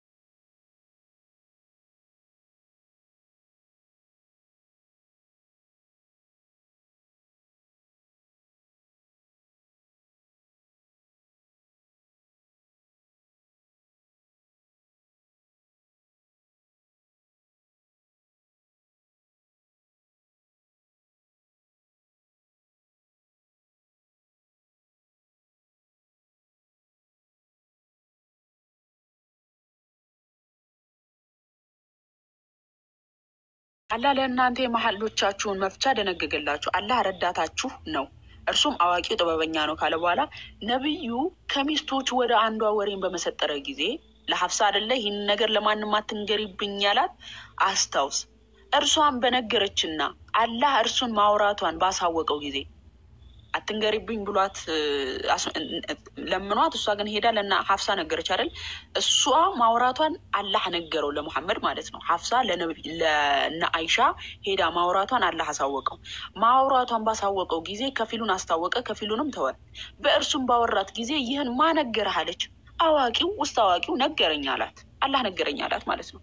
ከዛ እነዛ ሴቶች በጣም አመፁበት። እንዴት እንደዚህ ያደርጋል ምናምን ብለው ማለት ነው። ምን አላቸው? ወደ አላህ ብትመለሱ ልቦቻችሁ በእርግጥ ተዘንብሏል፣ ተስማማላችሁ። በእርሱ ላይ ብትረዳዱ እናንተ አመፃችሁ አንድ ህብረት ብትፈጥሩበት፣ ሚስቶቹ አንድ ላይ ተሰብስበው እንዴት ከባሪያ ጋር ይገናኛል፣ እንዴት በሐፍሳ አልጋ ላይ ምናምን እየተባባሉ ነው። ከዛ ምን አላቸው? ብትረዳዱ አላህ እርሱ ረዳቱ ነው። እናንተ ህብረት ፈጥራችሁ እሱ ላይ ብትነሱበት፣ ሚስቶቹን ማለት ነው፣ እኔ ረዳቱ ነኝ። ጅብሪልም ከምዕመናን መልካሙ ከዚያም በኋላ መላእክቱ ረዳቶቹ ናቸው። እኔ ብቻ አይደለሁም፣ መላእክቶቹ እነ ጅብሪልም ረዳቶቹ ናቸው። ከዛ መላችሁንም ቢፈታችሁ አርፋችሁ ተቀመጡ። ቢፈታችሁ ከእናንተ የበለጡ ሚስቶችን፣ ሙስሊሞችን፣ አማኞችን፣ ታዛዦችን፣ ተጸጻቾችን፣ ለአላህ ተገዦችን፣ ጾመኞችን፣ ፈቶችን፣ ደናግል የሚሆኑ ጌታው ሊሰጠው ይከጅላል። አርፈሽ ተቀመጪ። ካልሆነ ሙስሊም የሆኑ ጿሚዎችን፣ ተጸጻቾችን፣ ለአላህ ተገዦችን፣ ድንግል የሆኑ ሴቶችን እኔ ልሰጠው ከጅላለሁ። ምንድነው የምታጉረመርሚ ነው? ምንድነው የምታጉረመርሙት ነው ያላቸው። እንግዲህ አስተውሉ፣ ቅዱስ ጳውሎስ ምን ያህል ህዝቡ ወደ ዝሙት ሲሄዱ እየጠበቀ ያለ ሐዋርያ እንደሆነና መሐመድ ግን ለራሱ የስጋ ፍላጎት እንዴት አምላኩን ይጠቀምበት እንደነበረ ከሚስቱ ሰራተኛ ጋር ሲማግጥ ተገኝቶ ሚስቶቹ አድማ ሲመቱበት ለነሱ አድማ መልስ ምን አላቸው? አላህ እኮ ፈቅዶልኝ ነው፣ ለምን እርም ታደርጋለህ አለኝ እኮ ብሎ መጣባቸው ማለት ነው። ለዓለማት እዝነት ተላከ፣ ለሰው ልጆች አርያ ምሳሌ ሆነ ብለው የሚሉት ነቢይ ኢማጅን። ኦኬ፣ ለሰው ልጆች አርያ ሆነ የምትሉት ነቢይ። ከዛ ይሄ ነቢይ ደግሞ ሴትን ልጅ አከበረ ትሉናላችሁ። ሴትን ልጅ እንዲህ መጫወቻ አድርጎ እንደፈለገው እየተጫወተባት እኛን አከበረን ትሉናላችሁ። እኛን ክብር ሰጠን ትሉናላችሁ። መታችሁ በየትኛው ጋር ነው ያከበራችሁ? የት ነው ያከበራችሁ? የሙስሊም ሴቶች በየትኛው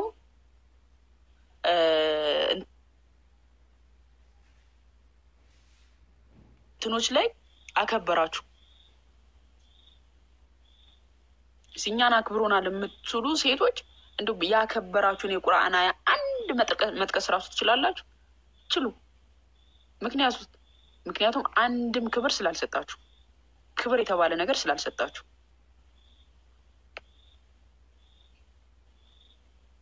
ክብር የተባለ ነገር ስላልተሰጣችሁ ማለት ነው። እና በጣም ብዙ ማየት ይቻላል። ባይዘዊ በሙስሊም ሴቶች ላይ በጣም ቆይ አይሻን እንዴት እንደቀጠቀጣት ላሳያችሁ። አንዴ መሐመድ ላውጣላችሁ። አይሻን እንዴት እንደቀጠቀጣት ላሳያችሁ። አይሻ በጣም ነብዩ አክብሯት ወዷት ምናምን ይሉናል። ተስፋ ግን በጣም ጭስ ስለሆነች ነብዩ እንዴት ቀጠቀጣት እንደነበር ዘገበችልን። ደረቷን መቱ ሊያው ስዞር ውላ ልክ ነብዩ ሲመጣ ቶሎ ቀድማው ገባች። አይሻ ማለት ነው። ቀድማው ገባችና ትንፋሿ ታለከልካለች። ዞራ እንደመጣች እሱ ያልፈቀደላት ቦታ ዞራ እንደመጣች አወቀና በእርግጫ ደረቷን እንደመታት ይናገራል ሐዲሱ። እና አንድ ጊዜ የሴቶች ቅጥቀጣ ጋር ላሳያችሁ።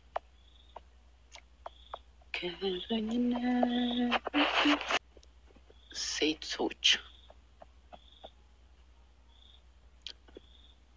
እሺ፣ አይሻ እንደዘገበችው ነብዩ ሚስት ዑመር አጣና ኦኬ እንዲወጡ ይሄ ሂጃብ አወራረድ ነው። አሁን ሂጃብን እንደ ኩራት ያነሱታል። ከሰማችኋቸው የሂጃብን አወራረድ ብናሳያቸው ጦሽ ነው የምትሉት። ጦሽ አላህ ራሱ አስቦ አይደለም ሂጃብን ያወረደው፣ ዑመር ነው። ዑመር የነብዩ ሚስቶች ይመኝ ነበር። የሂጃብን አወራረድ ብታዩ አሁን እኛ እስልምና አልቆናል፣ አክብሮናል። የመጀመሪያው ደረጃ ሂጃብን ስታነሱ በራሱ ሂጃብ የሚለብሱ ሐላል የሆኑ ሴቶች ናቸው። ኦኬ ሐላል የሆኑ ሴቶች ናቸው እንጂ በባሪያ ሴቶች ሂጃብ አይለብሱም። ባይዘው ለምሳሌ መርየም ቀብጥያ አትለብስም። ለምንድን ነው? እሺ ሴት ልጅ ያከበረ ከሆነ ባሪያ ሴቶች እንዲለብሱ የማይፈቅደው ለምንድን ነው? ይሄ በክብር ከሆነ ማለት ነው። ለክብር ከሆነ ሴት ልጅ እንድትከበር ፈልጎ ነው ሂጃብ የወረደው ካሉ ግን አወራረዱንም አሳያቸዋለሁ፣ ችግር የለውም። እንግዲህ አይሻ ምን ትለናለች መሰላችሁ? በሰሒህ አልቡኻሪ በሱናን አናሳይ 3964 ላይ እንግዲህ አይሻ ከላይ ጀምሮ ላሳያችሁ። እሺ እንዲህ ይላል። ሙሉን እንዳሳያችሁ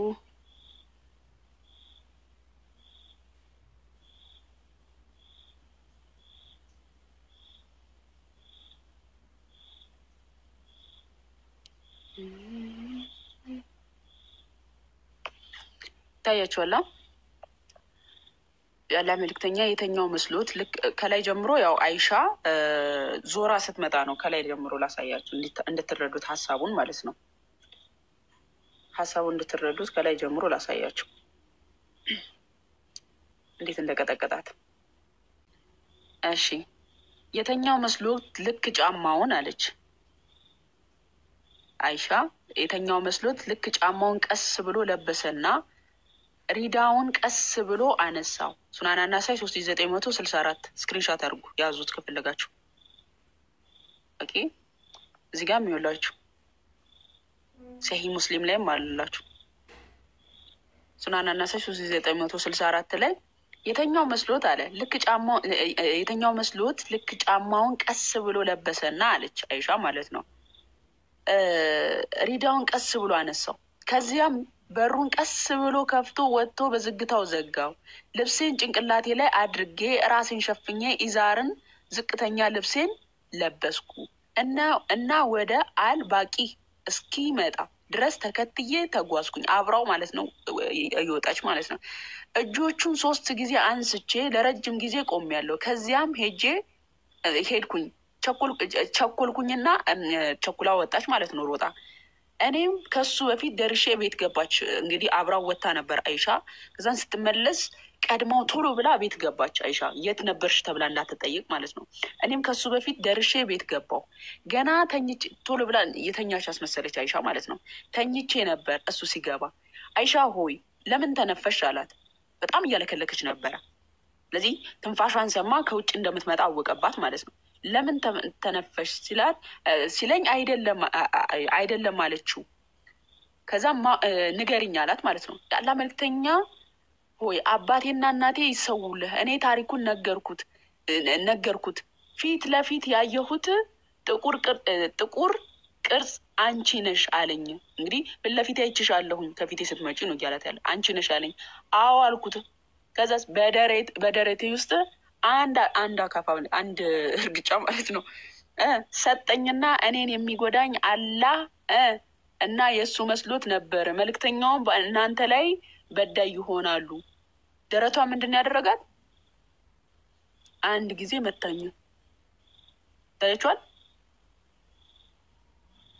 ይኸውላችሁ ስክሪንሻት አድርጉት። ሱናን አናሳይ 3964 ኢማጂን መሐመድ ሲሞት እንኳን 18 ዓመቷ ነበር አይሻ እኮ ማለት በጣም ህጻን ልጅ ነበረች። ደረቷን ስትመታ እንኳን ማለት ነው። ያው ሰሂህ ሙስሊም 2127 ያዙት። ይኸውላችሁ ሱናን አናሳይ 3964ን ያዙ። ወደ መሐመድ ይመጡ የነበሩ ሴቶች እየተቀጠቀጡ ይመጡ ነበር። በነገራችን ላይ ፍትህን ፍለጋ ይኸው ሰሒህ ቡኻሪ 5825 ላይ ቅድም ያነበብኩላችሁ አረንጓዴ ልብስ ከለበሰችው አረንጓዴ ልብስ በላይ ተደብድባ እየመጣች ኦኬ። ግን ምንድነው ፍትህ አይሰጣቸውም ነበር። አሁን ቅድም ያነበብኩላችሁ አሽዓት ቢን ቀይስ ዑመር ቤት ሄጄ ስገላግል ሚስቱን ሲደበድብ ለምን እንደበደብክ ብዬ ስለው ከኔ ተማር፣ ከአላህ መልክተኛ የተማርኩትን ከኔ ተማር፣ ሚስት መተ ለምን እንደመታ መጠየቅ የለብህም አለኝ ዑመር ብሎ አሽዓት የዘገበው ሐዲስ። እንዲህ እየተቀጠቀጡ ማለት ነው። አይሻ እንዲህ ተቀጠቀጥ ነበር። አይሻ ነብዩ እንዲደበድባት ነበር። በ6 ዓመቷ አይቶ በ9 ዓመቷ ወሲብ የተገናኛት ግለሰብ ወስዶ እንደዚህ ቀጠቅጣት ነበር መሐመድ ደረቷን መቶ ሊያው። ኦኬ 2000 ሐዲሳቶችን ዘገበች ትሉናላችሁ። 2000 ሐዲሳቶችን ምን ብላ ዘገበች ብለን ስንመለከት ሐዲሳቶቹን እንመልከታቸው እንዴ ገብተን እንያቸው። ነብዩ ወደ መስጂድ ሲሄድ በልብሱ ላይ የዘር ፈሳሹን እያንጠበጠበ ፈቀፍቅለት ነበር። 7 ጊዜ ነው 8 ጊዜ ዘገበችው ይህን ሐዲስ። ሱናና እና 3900 ይሄ ሐዲስ የሚገኘው ሰሂህ ሙስሊም 290 ላይ ነው። ሰሂህ ሙስሊም 290 ላይ ያለላችሁ አይሻ ነብዩ በልብሱ ላይ የዘር ፈሳሹን ያንጠባጥብ ነበረ፣ እኔም በእጄ ፈቀፍቅለት ነበር ያለችው። በጣም በርካታ ሐዲሳቶች አሉ የዘገበችው ይህን። በተመሳሳይ ሱናና እና 3960 ላይ ነብዩ እጄን ጸጉሩ ላይ አደረኩኝ አለብኝ ያለኝ ሰይጣን እንዳለበት ዘገበች አይሻ። 2000 ሐዲሳቶችን የዘገበችው አይሻ ሐዲሳቶቿ ሲቃኙ ምንድነው ነብዩ ሰይጣን እንዳለበት፣ ነብዩ ድግምት ተሰርቶበት ያላደረገውን እንዳደረገ ያወራ እንደነበር ነገረችን አይሻ በሐዲሳቶቿ ላይ። እነዚህ 2000 ሐዲሳቶች ብላችሁ የምትቆራሩበት ሐዲሳቶች ሙስሊም ወገኖቻችን የዘገበቻቸው ሐዲሳቶች ምንድነው ድግምት ተሰርቶበት ያላደረገውን እንዳደረገ ያወራ እንደነበር። በሄራ ዋሻ አንድ ጅብሪል የሚባል አካል መጥቶ ጨምቆት። ይህን ሐዲስ በነገራችን ላይ ይህን ሐዲስ ሰሒህ ቡኻሪ ነው። ሰሒህ ቡኻሪ 3 ላይ ያላችሁ ገብታችሁ ቼክ አድርጉት። እሱን ሐዲስ እንግዲህ ልትዘግበው የምትችል ሴት ብትኖር ከዲጃ ነበረች። ምክንያቱም በዘመኑ የነበረች ከዲጃ ነብዩ ሮጦ ቀሚሷ ስር ተደብቆ ሸፍኑኝ ብሎ የተሸፈነው ያረጋጋችው ከዲጃ ነበረች ልትዘግበው የሚገባው። ግን ከዲጃ ያልዘገበችውን ነገር አይሻ ዘገበችው። ኢማጂን ከዲጃ ነብዩ በሄራ ዋሻ ውስጥ ጅብሪል የሚባል አካል ጨመቀው ብላ ያላለችንን አይሻ በ6 ዓመቷ ወስዶ በ9 ዓመቷ ግንኙነት የፈጸመባት በደል የፈጸመባት አይሻ ስለሆነች ጨመቀው ምን እንደሆንኩ አላውቅም አለ ነብዩ። የተገለጠለትን አላወቀም እስከ ማለት ድረስ የዘገበችው ማነች? አይሻ ነች። ከዲጃ ነበር ሊዘገበው የሚገባው። ከዲጃ ነበረች ይህንን ነገር በዘመኑ የነበረችዋ ሴት ነበረች ልትናገር የሚገባ። የትኛውም ሴቶች ያልተናገሩትን አይሻ ብቻ ነች የተናገረችው። ባይዘው ሐፍሳ ያልተናገረችው፣ ከዲጃ ያልተናገረችው፣ ሳውዳ ያልተናገረችው የነብዩ ሚስቶች ያው ዘርዝሬ ቆይ ላስቆጥራቸው የነብዩ ሚስቶች እንድታውቋቸው ማለት ነው። ላስቆጥራቸው የነብዩ ሚስቶች ስንት እንደሆኑ። እሺ እነዚህ ሴቶች ያልዘገቡትን አይሻ ብቻ ነች። ነብዩ በሄራ ዋሻ ውስጥ አንድ ጅብሪል የሚባል አካል ጨመቀው፣ ማንበብ አልችልም እያልኩ ጨመቀኝ አለ። ከዛም ከፍርሃቱ ሲለቀው ወደ ሚስቱ ከዲጃ ሄዶ ሸፍኑኝ አለ።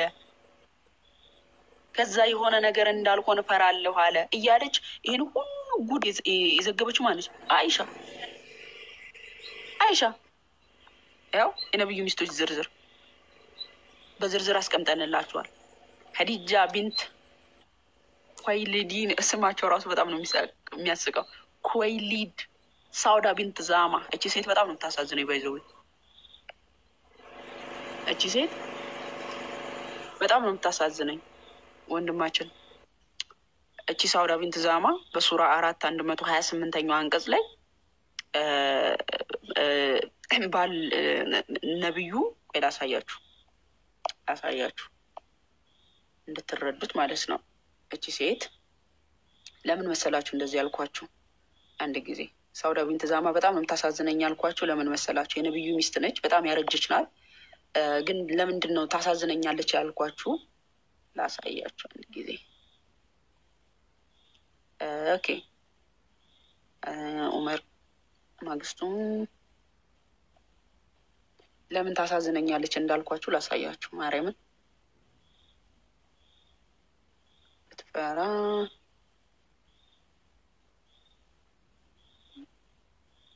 ኦኬ ሱረቱል ኒሳ ለምን እንደዚህ እንዳልኳችሁ ሳውዳ ቢንት ዛማ ላሳያችሁ። አሮጊት ናት እቺ ሴት ማለት ነው። እና ነብዩ ሳያገባት በፊት 6 ልጆች ከሌላ ወንድ ወልዳለች። ከዛ ነብዩ አገባት።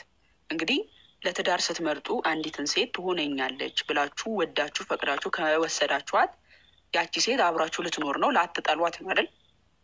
ፈቅዳችሁ ከወደዳችሁ ካገባችኋት ማለት ነው። ነብዩችን ሴት አገባት። 6 ልጆች ከሌላ ወንድ የወለደች ሴት ናት። እድሜዋ የገፋ ነች እና ካገባት በኋላ ጠላት። እንዲህ ይላል አንቀጹ ራሱ። ይሄ አንቀጹ የወረደበትን ምክንያት ላሳያችሁ። ሴትም ከባሏ ጥላቻን ወይም ፊቱን ማዞር ብታውቅ ይላል። ሴትም ከባሏ ጥላቻን ወይም ፊቱን ማዞር ብታውቅ። ለምሳሌ ነብዩ እችን ሴት ጠልቷት ነበር፣ ፊቱን አዙሮባት ነበረ እና እቺ ሴት ባሏ ጥላቻን እንዳሳያት ወይም ደግሞ ፊቱን ማዞሩን ካወቀች በመካከላቸው መስማማትን ቢስማሙ በሁለቱ ላይ ኃጢአት የለም ማለት። መስማማቱ እንዴት ነው ብለን ስንል ተፍሲሩ ጋር እንሂድ። ተፍሲሩ መስማማቱን እንዴት ነው ብሎ ሲናገር አንዲት ሴት በባሏ ላይ ጭካኔ ወይም ክህደትን ብትፈራ በሁለቱ ላይ ኃጢአት የለበትም ማለት። ኢብን አባስ እንዲህ ብለዋል። የትኛውም የህግ ስምምነት ጥንዶቹ የሚስማሙበት ነገር ተፈቅዷል አለ። ሁለቱም የሚስማሙበት። ለምሳሌ የተስማሙበት ነገር ነብዩና ሳውዳ ቢንት ዛማ በምንድን ነው ስንል ተርሚዚ ዘግቦታል አለ። ሐሰንም በሁለቱም ዘግቦታል፣ ሳሂዎች ናቸው ይልና አይሻ ሳውዳ ቢንት ዛማ ባረጀች ጊዜ አለ። አይሻ እቺ ሳውዳ ቢንት ዛማ የተባለች ማነች? እቺ ሱራ የነብዩ ሚስት ማለት ነው። ባረጀች ጊዜ ቀኗን ለአይሻ እንደሰጠች ተናግራለች አለ። ለምንድነው የተናገረችው ብለን ስንል ነብዩ ፊቱን አዙሮባት ነበር፣ ጠልቷት ነበር እችን ሴት ማለት ነው። አርጅታለች ብሎ ኦኬ፣ አርጅታለች ብሎ ጠልቷት ነበር እና እቺ ሴት እንደ ጠላት ስላወቀች መስማማትን በመካከሏ ከነብዩ እንዳይፈታት ስምምነት አቀረበች። ምን አይነት ስምምነት አቀረበች ሲባል አትፍታኝ፣ የኔን ቀን ለአይሻ አሳልፈ ስጣለችው። ይኸው ምን ይላል? ባረጀች ጊዜ ቀኗን ለአይሻ እንደሰጠኝ ተናግራለች። ነብዩ ሳውዳን ከአይሻ ጋር አሳልፋ እንደነበረ ዘግቧል ይላል። ኦኬ፣ አንዲት ሴት ደግሞ በባሏ ላይ ጭካኔ ወይም ክህደትን የምትፈራ ከሆነ እሱ የሚመለከተው አሮጊት ሴት ያገባ ሰው አይፈልግም እና ሊፈታት ፈልጎ ነው። ስለዚህ እኔ አጠፋው አለች። ኦኬ፣ ለምሳሌ መስማማቷ ምንድን ነው? ሳውዳ የእሷን ቀን ለአይሻ ነብዩ ሆይ አትፍታኝ፣ የኔን ቀን ለአይሻ አሳልፈ ስጥ። ኢብኑ ከቲርን ተመልከቱት። የኔን ቀን ለአይሻ አሳልፈ ስጥ፣ እኔን ግን አትፍታኝ አለችው ሳውዳ ማለት ነው። እንግዲህ አርጅታ ስለነበረ ፊቱን ስላዞረባት ነብዩ ጥላቻን እንዳሳያ ስላወቀች መስማማት በመካከላቸው አደረገች ማለት ነው። ስምምነቱ ምንድን ነው ሲል ተፍሲሩ ያብራራል። ቀኗን ለአይሻ አሳልፋ ሰጠች። ኢማጂን ነብዩ ለምሳሌ የሳውዳ ቀን 3 ቀን ከሆነ ያንን 3 ቀን ሳውዳ ጋር አይመጣም፣ አይሻ ጋር ነው የሚሄደው ማለት ነው። ምክንያቱም ቀኗን ሰጥታለች። ምክንያቱም ተስማማላት፣ እሺ ያላት ማለት ነው። ባቀረበችለት መስፈርት እኔን አትፍታኝ የኔን ቀን ለአይሻ አሳልፈ ስጥ ስትለው እሺ ብሎ ያንን ቀን ወዴት ይሄዳል? ወደ አይሻ ይሄዳል። እቺ ሴት ምንድነች? ይሄ ከብት አቁማችሁ የምትቀልቡት ከብት ማለት ቤታችሁ ውስጥ ሚስት ሳትሆን ይሄ አቁማችሁ የምትቀልቡት ከብት እንስሳ፣ ግን ሰዎች የሚያውቁት የነብዩ ሚስት እንደሆነች ነው። እቺ ሴት ግን በውስጡ ስታዩት ተመልከቷት፣ ቀኗን አሳልፋ ሰጥታለች። ለሌላ ሴት አሳልፋ ሰጥታለች። እሷን አይዘይራት። የእሷ ቀን ለሌላ ሴት ሰጥታለች። የእሷን ቀን ማንም አያያትም ማለት ነው። እና እቺ ሴት ያነሳውላችሁ በጣም ታሳዝነኛለች ያልኳችሁ ለምንድን ነው? እርጅናዋን አይቶ ነብዩ የጠላት ሴት ነች እቺ ሴት ማለት ነው። እና ላስቆጥራችሁ የነብዩ ሚስቶች ላስቆጥራችሁ እና ከገቡ ገቡ፣ ካልገቡ እንጨርሳለን ማለት ነው። የነብዩ ሚስቶች ይኸውላችሁ ከዲጃ ቢን ሁለይድ፣ ሳውዳ ቢንት ዛማ አሁን ያልኳችሁ እቺ ባለ ታሪኳ ማለት ነው። አይሻ ቢንት አቡበክር፣ አይሻ ሱናን አቢ ዳውድ 21 ላይ በ6 ዓመቴ አጩኝ፣ በ9 ዓመቴ ነብዩ ወስደው ግንኙነት ፈጸሙብኝ ያለችው ሴት። በ9 ዓመቱ ሙሐመድ የ56 ዓመት ሽማግሌ ሆኖ ወስዶ ግንኙነት የፈጸመባት ሴት ነች አይሻ። ሐፍሳ ቢንት ዑመር እቺን ሴት ታውቋታላችሁ? እቺ ሴት ሙሐመድ ያገባት እንዴት እንደሆነ ታውቃላችሁ? እናቷን፣ አባቷን፣ እህቷን፣ ወንድሟን ገሎባት እሷን አገባት በጦርነት። እቺ ሴት እናቷን አባቷን ገሎ ወዲያው ነው ሄዶ ግንኙነት የፈጸመባት ባይዘው ሐፍሳ ቢንት ዑመር ማለት ነው። በጦርነት ተዋጉና እናትና አባቷን ማረከ፣ ገደላቸው ሙሐመድ ማለት ነው። እነዚህ ሴቶች እቺ ሐፍሳ እናት አባቷን የገደለባት ራሱ ነብዩ ነው በጦርነት። ኦኬ ዘይነብ ቢንት ኩዛይማ ዘይነብ የዘይነብን ታሪክማ ላሳያችሁ። ዘይነብ የተባለችው ደግሞ ማነች ስንል ሱረቱል አሕዛብ ምዕራፍ 33 ቁጥር 37 ላይ ያለችው ሴት በጣም የምትኩራራ ሴት ናት። ባይዘው በጣም ሴቶቹ ላይ ማለት ነው። ሴቶቹ ላይ በቃ እኔ እኮ አንቀጽ ወርዶልኝ ነው ነብዩን ያገባሁት እያለች በጣም በቁሬ ዘንድ ቆንጆ የተባለች ሴት ነች። እና እቺ ሴት ማን ነች ብለን ስንል እቺ ሴት ነች። ታሪኳን ልንገራችሁ። ለእነዚያም አላህ በእርሱ ላይ እንግዲህ እቺ ሴት ዘይነብ ቢንት ጃሽ የምትባለው ማለት ነው ማን ነች ብለን ስንል በቁሬ ዘንድ በጣም ታዋቂ ቆንጆ የተሰኘች ሴት ነች። እና ነብዩ ያሳደገው ዘይድ የሚባል አካል አለ። ይሄ ዘይድ ማለት ነው ታለ ነበር እዚህ ጋር ዘይድ ብሎ ይጠቅሷል። ይኸው ይሄ ዘይድ ነብዩ በማደጉ ያሳደገው ልጅ ነው። ኦኬ ነብዩ በማደጉ ያሳደገው ልጅ ነው። ልክ እንደ ለምሳሌ እናንተ ማደጎ ወስዳችሁ እንደ ልጃችሁ የምታሳድጉት ልጅ አለ አይደል?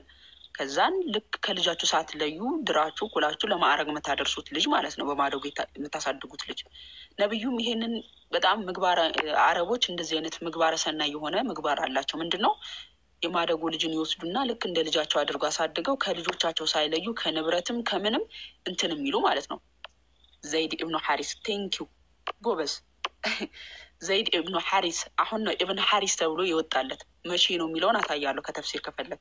ዘይድ ኢብን መሐመድ ተብሎ ነበር ይጠራ የነበረው። ኦኬ ዘይድ ኢብን መሐመድ ተብሎ ይጠራ ነበረ። ለምን? ነብዩ አሳድጎት ልክ እንደ ልጁ ይጠራ ነበር። በነብዩ ስር ነበር ያገለግል የነበረው ማለት ነው። ሶ መሐመድ አሳደገው እናም ዳረው። ካደገ በኋላ ኦኬ ከዳረው በኋላ አገባ ማለት ነው። ማንን? እቺን ቆንጅየዋን ዘይነብን አጋባው። ዘይነብን አጋባውና ካገባ በኋላ መሐመድ ተፍሲሩን ካያችሁ ተፍሲር አልቁርጡቢን ምናልባት አይደለም ካላችሁ አወጣላችኋለሁ። በነገራችን ላይ ሙስሊሞችን መግባት ትችላላችሁ። እዛ ተፍሲሩ ላይ ምንድን ነው መሐመድ ከዕለታት አንድ ቀን እዚች ሴት ጋር ይሄዳል ማለት ነው። ዘይድ ጋር ይሄዳል። እንግዲህ ልጁን ድሯል፣ በማዕረግ ኩሏል፣ ድሯል። በቃ ይህም ምግባረ ሰናይ ተካፍሏል። ደስ የሚል ነገር ሰራ መሐመድ። ኦኬ የሰራውን ስራ ደግሞ አሁን ሊያበላሽ ነው መሐመድ። እናም ከዕለታት አንድ ቀን እዚህ ቤት ሄደ፣ ዘይድ ቤት ሄደ። ዘይድ ቤት ሲሄድ ዘይድ የለም እና ሚስቱን አያት። ሚስቱን ተመኛት መሐመድ ማለት ነው። የልጁን ሚስት እና ላስገባ። ከዛ መሐመድ ያቺን ሴት ወዷት፣ ነገር ግን ስሜቱን መግለጽ አልፈለገም። ምክንያቱም በአረቦች ባህል ልጃቸው የማደጎ ልጅን ማግባት በጣም አጸያፊ ነገር ነው። እንዴት ብሎ ይህንን ነገር የልጄ ሚስት ወደድኩ ብሎ እንዴት ይናገር? እና አላህ አንቀጽ አወረደለት። ምን ብሎ? ለእነዚያም አላህ በእርሱ ላይ ለለገስክለት አንተም ነፃ በማውጣት በእርሱ ላይ ለለገስክለት ሰው ለዘይድ አላህ ገላጩ የሆነን ነገር በነፍስ ውስጥ የምትደብቅና ለምድር የደበቅከው እያለው ነው። ወደሃት እንዲህ ስሜትን ተደብቃለህ እያለው ነው። ለምትደብቅና አላህ ልትፈራው ይልቅ የተገባው ሲሆን ሰዎችን የምትፈራ ሆነ። እንግዲህ መሐመድ እነዛን ሰዎች ፈርቶ ነው ስሜቱን ያልገለጸው። ለምሳሌ አንድ ወንድ ልጅ ሴትን ልጅ አፍቅሮ ስሜቱን መግለጽ ይፈራላ። በጣም ምሳሌ የጎረቤት ልጅ አፍቅራችሁ መሐመድም እንደዛ ሆኖ ስሜቱን መግለጽ ከበደው። ከዛም አላህ ምን አለው? በእርሱ ላይ ለለገስክለት ሰው ለዘይድ አላህ ገላጭ የሆነ ነገር በነፍስ ውስጥ የምትደብቅና አላህ ልትፈራው ይልቅ የተገባው ሲሆን እኔን ልትፈራ ሲገባ ካለው ሰዎችን የምትፈራ ሆነ ሚስትህን በአንተ ዘንድ ያዝ። ከመፍታትም አላህንም ፍራ በምትል ጊዜ አስታውስ። ዘይድም ከእርሷ ጉዳይን በፈጸመ ጊዜ ዘይድ ከፈታት በኋላ ማለት ነው በምዕመናኖች ላይ ልጅ አድርገው ባስጠጓቸው ሰዎች ሚስቶች ከእነርሱ ጉዳይን በፈጸሙ ጊዜ በማግባት ችግር እንዳይኖርባቸው እርሷን አጋባንህ። አስቡት እናንተ በማደጉ ያሳደጋችሁትን ልጃችሁን ሚስት ተመኝታችሁ ከዛን ስሜታችሁን አልገለጻችሁም። ከዛን አላህ ደግሞ ውስጥ አዋቂው አላህ የሙሐመድን ስሜት ተረዳና እንዴት ሰዎችን ፈርተ እኔ ልትፈራ ሲገባ እንዴት ለሰው ስሜት ለሰው ብለህ እንዴት ውስጥ ያለውን ስሜት ትደብቃለህ? ስለዚህ ዘይድ ከፈታት በኋላ አንተ አግባት ብሎ ይኸው እኔ አጋባው ካለው ማለት ነው። እኔ አጋባው ካለው እቺ ዘይነብ ማነች? እቺ ሴት ነች ማለት ነው። ከዛስ ዘይነብ ቢንት ጃሽ ዘይነብ ቢንት ኩዘይማ ያልኳችሁ ተሳስቼ ነው፣ በጣም ይቅርታ። ዘይነብ ቢንት ኩዘይማ እና ዘይነብ ቢንት ጃሽ ሁለት ሴቶች ተመሳሳይ ስም ያላቸው አሉ፣ የሙሐመድ ሚስቶች ማለት ነው። ሂንድ ቢንት አቢ ኡመያ እቺ ሴት ነች። በነገራችን ላይ ኢትዮጵያ መታ የኢትዮጵያ ቅድስት ድንግል ማርያም በእመቤታችን በቅድስት ድንግል ማርያም ቤተክርስቲያን ቅዱሳን ስዕላትን አይታ ነቢዩን የኢትዮጵያ ስዕሎች በጣም ቆንጆች ናቸው ስትለው ረገመን መሐመድ ማለት ነው እኛን። እቺ ሴት ቅዱሳን ስዕላትን አይታ አወደሰችለት ማለት ነው። በኢትዮጵያ ያሉ ቅዱሳን ስዕሎች በጣም ያማምራሉ ብላ ቤተክርስቲያንን ጠቀሰችለት ለመሐመድ ማለት ነው። እና እኛን ረገመን መሐመድ አስረገመች ነው። እቺ ናት ሂንድ ቢንት አቢ ኡመያ የምትባለው። ዘይነብ ቢንት ጃሽ አሁን ታሪኳን የነገርኳችሁ። ጁዋሪያ ቢንት አል ሐሪስ፣ ረምላ ቢንት አቡ ሱፋያ፣ እነዚህ የማን ሚስቶች ናቸው? የነብዩ ሚስቶች ናቸው። የነብዩ ሚስቶች ናቸው እነዚህ። ለምሳሌ ያህል በዚህ ሐዲስ ላይ ሱናን አናሳይ 3196 ላይ አታአን እንደተረከው የነብዩ ባለቤት ባይሙና ቀብር ላይ ከኢብኑ አባስ ጋር ከሳሪፍ ላይ ተገናኝተናል። ኢብኑ አባስ እንዲህ አለ፣ ይህቺ ማይሙና ናት፣ ቃሪዛዋን ባነሳ ጊዜ አትወዛወዝ፣ አያናውጠውም። የአላህ መልእክተኛ 9 ሚስቶች ነበሯቸው ይላል።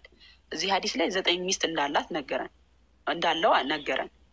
ኦኬ፣ እዚህ ጋር አሁን 9 ሚስት ካለው ሌላ ሐዲስ ላይ ደግሞ ስንት ሚስት አለው ይለናል። ሌላ ሐዲስ ላይ ስንመለከት ኦኬ ላሳያችሁ። የሐዲስ ግጭቶችን ወይም ደግሞ ነብዩ እንግዲህ ባሪያዎቹ ተቆጥረውለት ይሆን ምን ይሆን አላውቅም። በሰሒህ ቡኻሪ 262 ላይ ደግሞ ታያችኋል።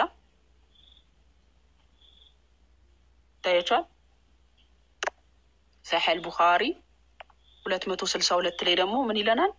አነስ ቢን ማሊክ የዘገበው ሐዲስ ነው። ነብዩ ሚስቶቻቸውን በቀንና በሌሊት በዙር ይጎበኟቸው ነበር፣ ግንኙነት ማለት ነው። ቁጥራቸውም 11 ነበሩ። እዛ ጋር እኮ 9 ብሎ ነበር፣ እዚህ ጋር እኮ 9 ብሎ ነበር። ጋይስ ግጭት ቁርአን ላይ ብቻ አይደለም ሐዲስ ላይ በሽ ነው። ያው ሱናን አናሳይ 3196 ላይ 9 ሚስቶች እንደነበራቸው አብደላህ ኢብኑ አባስ ነገረን። እዚህ ጋር ደግሞ ሰሒህ ቡኻሪ 268 ላይ አነስ ቢን ማሊክ ምን አለን? ነብዩ በቀንና በሌሊት ሚስቶቻቸውን ይጎበኙ ነበረ፣ ቁጥራቸውም 11 ነበሩ አለን። 2 ተጨመሩ። አነስን ጠየቅኩት፣ ነብዩ ጥንካሬ ነበራቸውን? እንግዲህ በቀንና በሌሊት ግንኙነት ሲያደርግ ሶሃቦቹ ተገረሙ። እንዲህ ጥንካሬ ያገኘ ብለው ጠየቁ ማለት ነው። አነስ ምን አለ? እንዲህ አለ፣ ነብዩ የ30 ሰዎች ጥንካሬ ተሰጣቸው እንል ነበረ። የ30 ሰው የወሲብ ጉልበት ነብዩ ተሰጥቶታል። በዚህ በ30 ሰው እንትን ኃይል ተሰጥቶት ነው የ9 ዓመት ህፃን ልጅ ጋር የተገናኘው።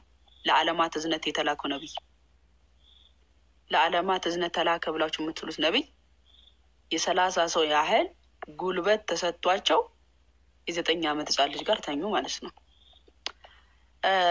እና እንግዲህ ይሄንን ነቢይ ነው ለዓለማት እዝነት ተላከ፣ ይሄንን ነቢይ ነው ብላችሁ ተቀበሉት የሚሉን ይሄንን ነቢይ ነው ከአምላክ መገለጥን ተቀበለ። አረ ተቀበሉት፣ ይሄ ነቢይ እኮ ለእናንተ ምሳሌ አርያ ነው የሚሉን በፈጣሪ ስም። እኔ በሰፈር ዱርዬ በጣም አለሌ የተባለ ዱርዬ ራሱ ለእኔ አርያ ቢሆን ይሻለኛል የሙሐመድ አርያ ከሚሆን። ምክንያቱም በምግባር እጅጉን በጣም ይበልጠዋል። በምግባር እጅጉን ስለሚበልጠው ማለት ነው። በጣም ስለሚበልጠው እኔ ሙሐመድ ለሰው ልጆች አርያ ቀርቶ እኔ እንጃ፣ እኔ በፈጣሪ ስም ሙስሊሞች ለእሱ አርያዎቹ ናቸው። ምክንያቱም እናንተ ዝሙት አትፈጽሙ፣ እናንተ ዝሙትን አትፈጽሙ። ያ መጽሐፍ ቅዱሳችን ግን ስለ ሐሰተኛ ነቢያት ምን ብሎ አስጠነቀቀን መሰላችሁ? እናንተ አሁን ነብይ የምትሉትን መጽሐፍ ቅዱሳችን አስቀድሞ ምን ብሎናል መሰላችሁ? አስቀድሞ ምን ብሎናል? ነገር ግን ያላዘዝኩትን በስሜ የሚናገር ወይም በሌላ አማልክት ስም የሚናገር ነቢይ እርሱ ይሞታል። በልብህ እግዚአብሔር ያልተናገረውን ቃል እንዴት እናውቃለን ልትል ትችላለህ። እግዚአብሔር ያልተናገረው ቃል ምንድን ነው ብለን ስንል ዘዳግም ምዕራፍ 18 ላይ እግዚአብሔር ያልተናገረው ለምሳሌ ኢየሱስ ክርስቶስ አልተገደለም አልተሰቀለም የሚል የሐሰት ትምህርት፣ አምላካችን እግዚአብሔር ልጁን ወደ ዓለም ልኮታል እያለን ዓለሙን እንዲሁ ወዶ ልጁን ወደ ዓለም ላከው እያለን መሐመድ መጥቶ ግን እግዚአብሔር ያላለውን አምላክ ያላለውን አምጥቶ የሐሰት ትምህርት ተናገረ። እግዚአብሔር ምንድን ነው ያለው? ይኸው በእርሱ የሚያምን ሁሉ የዘላለም ሕይወት እንዲኖረው እንጂ እንዳይጠፋ እግዚአብሔር አንድያ ልጁን እስኪሰጥ ድረስ እንዲሁ ዓለሙን ወዷልና። እግዚአብሔር አንድያ ልጁን ወዶ ነው ወደ ዓለም ይላከልን። መሐመድ ግን ይሄንን አንድያ ልጁን ያስክዳቸዋል። እግዚአብሔር ያላዘዘውን አምላክ ያላዘዘውን ቃል አምጥቷል። ስለዚህ ሐሰተኛ ነው። ስለዚህ ሐሰተኛ ነው። ለዛ ነው ሙሴ በዚህ በዘዳግም ምዕራፍ 13 ላይ ሲናገር እንዲህ ይላል። ዘዳግም ምዕራፍ 13 ላይ እንዲህ ብሎ ያስጠነቅቀናል ስለ ሐሰተኛ ነቢያት። በመካከልህም ነቢይ ወይም ህልም አላሚ ቢነሳ ምልክትም ተአምራትም ቢሰጥ እንደ ነገረህ ምልክቱ ተአምራቱ ቢፈጸም አለ አይደለም መሐመድ ተአምር ምናምን የማያውቀው ሐሰተኛውን አካል ይቅርና አምጥቶ ህልም አልሞ ህልሙ ቢፈጸምለት ምልክቱ ተአምራቱ ቢፈጸምለት ሄደን የማታውቃቸውን ሌሎች አማልክት እንከተል እናምልካቸውን ቢልህ አለ ኦኬ አምላካችሁ እግዚአብሔር በፍጹም ልባችሁ በፍጹም ነፍሳችሁ ትወዱት እንደሆነ ያውቅ ዘንድ አምላካችሁ እግዚአብሔር ሊፈትናችሁ ነውና የዚያን ነብይ ቃል ወይም ህልም አላሚ አትስማ። ምን አትበል? አትስማ። አምላካችሁን እግዚአብሔርን ትከተሉ ዘንድ ተከተሉ፣ እርሱንም ፍሩ፣ ትእዛዙንም ጠብቁ፣ ቃሉንም ስሙ፣ እርሱንም አምልኩ፣ ከእርሱም ጋር ተጣበቁ። አምላክ እግዚአብሔር ትሄድባት ዘንድ ካዘዘ መንገድ ሊያወጣ ከግብፅ ምድር ካወጣችሁ ከባርነትም ቤት ካዳናችሁ ከአምላካችሁ ከእግዚአብሔር ሊያስታችሁ ተናግሯል። ያ ነቢይ ወይም ያ ህልም አላሚ ይገደል። እንዲሁም ክፉን ነገር ከመካከል አርቅ። የእናት ልጅ ወይም ወንድ ልጅ ወይም ሴት ልጅ ወይም በብብት ያለች ሚስት ወይም እንደ ነፍስ ያለ ወዳጅ በስውር ና ሄደን ከምድር ዳር ጀምሮ እስከ ምድር ዳር ድረስ ወደ አንተ የቀረቡትን ከአንተም የራቁትን አንተን ከበው ያሉ አሕዛብ ከሚያመልኳቸው አማልክት አንተም አባቶችም የማታውቋቸውን ሌሎች አማልክት እናምልክ ብሎ ቢያስት እሺ አትበለው። ምን አትበለው? አባቶች የማታውቃቸው አንተም ሆንክ አባቶች በአባቶቻችን የማይታወቅን አምላክ አምጥቶ እናምልክ ቢለን መሐመድ ሐሰተኛ ነብይ ነው። በአባቶቻችን የሚታወቀው አምላክ ይኸው ያህዌ ልጁን እንደሚልክ አስቀድሞ በነቢያት በኩል የተናገረ፣ በልጁ በክርስቶስ ኢየሱስ ዓለም እንደሚድን አስቀድሞ በነቢያት በኩል የተናገረ፣ የባህሪ ልጅ እንዳለው የተናገረ አምላክ በአባቶቻችን የሚታወቀው አንተ ልጄ ነህ እኔ ዛሬ ወለድኩ ከአጥቢያ ኮከብ አስቀድሞ እኔ ወለድኩ እያለ መዝሙር 110 ቁጥር 3 ላይ የተናገረው አምላክ ይህ አምላክ ነው በነቢያት በአባቶቻችን የሚታወቀው። ነቢያት በተስፋ ቃል ይጠብቁት የነበሩት መዝሙር 118 ቁጥር 25 ላይ ዳዊት በተስፋ ቃል ይጠብቀው የነበረው አምላክ አቤቱ አሁን አድን፣ በእግዚአብሔር ስም የሚመጣ እየተባረከ ነው እያለ በተስፋ ቃል የሚጠብቀው አምላክ መዝሙር 16 ከቁጥር መዝሙር 3 ከቁጥር መዝሙር 16 ከቁጥር 8 ጀምሮ ኦኬ ስጋዬ መበስበስን ነፍሴን በሲኦል አትተዋትም ስጋዬ መበስበስን አታይም እያለ በተስፋ ቃል ይናገርለት የነበረው ስለ ክርስቶስ ኢየሱስ ሞትና ትንሣኤ አስቀድሞ እየተቀኘለት የነበረው ዳዊት ስለማን ነው? ስለ ያህዌ ነው። በአባቶቻችን የሚታወቀው አምላክ ይሄ ነው። ስለዚህ አትስማ፣ ዓይንህም አይራራለት፣ አትማረውም፣ አትሸሽገውም ይላል። እንደዚህ አይነት በአባቶቻችን የማይታወቅን አምላክ አምጥቶ እናምልክ ቢለን ዓይንህ እንዳይራራለት ይላል። መሐመድ የአባቶቻችንን አምላክ አላስተማረንም፣ አልሰበከንም። ስለዚህ ሐሰተኛ ነብይ ነው። ስለዚህ እኛ አንሰማው። ቅዱሳን ነቢያት ስለ ሴቶች ያስተማሩት እንደዚህ ነው። ጎዶሎ ነሽ እያሉን ያስተማሩት ማሰብ አትችይም፣ ለማሰብ ሁለቱኝ እያሉን ያስተማሩት አላስተማሩ። ጭራሽኑ ከነሱ ጋር ቆማ የምትሰብክ ነቢይ እንዳለች ነው መጽሐፍ ቅዱስ ቅዱሳን ነቢያት የነገሩን። የለፊዶ ሚስት ዲቦራ፣ እነ አስቴር፣ እነ ማርያም። እቺ ሴትን ታውቋታላችሁ? መሐመድ ኮርጆ የወሰዳት ሴት ማለት ነው። የኢሳን እናት አድርጎ ያስቀመጣት ሴት። እቺ ሴት የአሮን እህት ነብይቱ ማርያም ሴትን ታጣቋትም የሙሴ እህት የአሮን እህት የተባለችው በቁርአን ላይ መሐመድ የኢሳ እናት አድርጎ ያመጣት የኢየሱስን እናት ትቶ የኢሳን እናት ቁጭ ያደረገላችሁ ሱረቱል ላሳያችሁ አንዴ ላሳያችሁ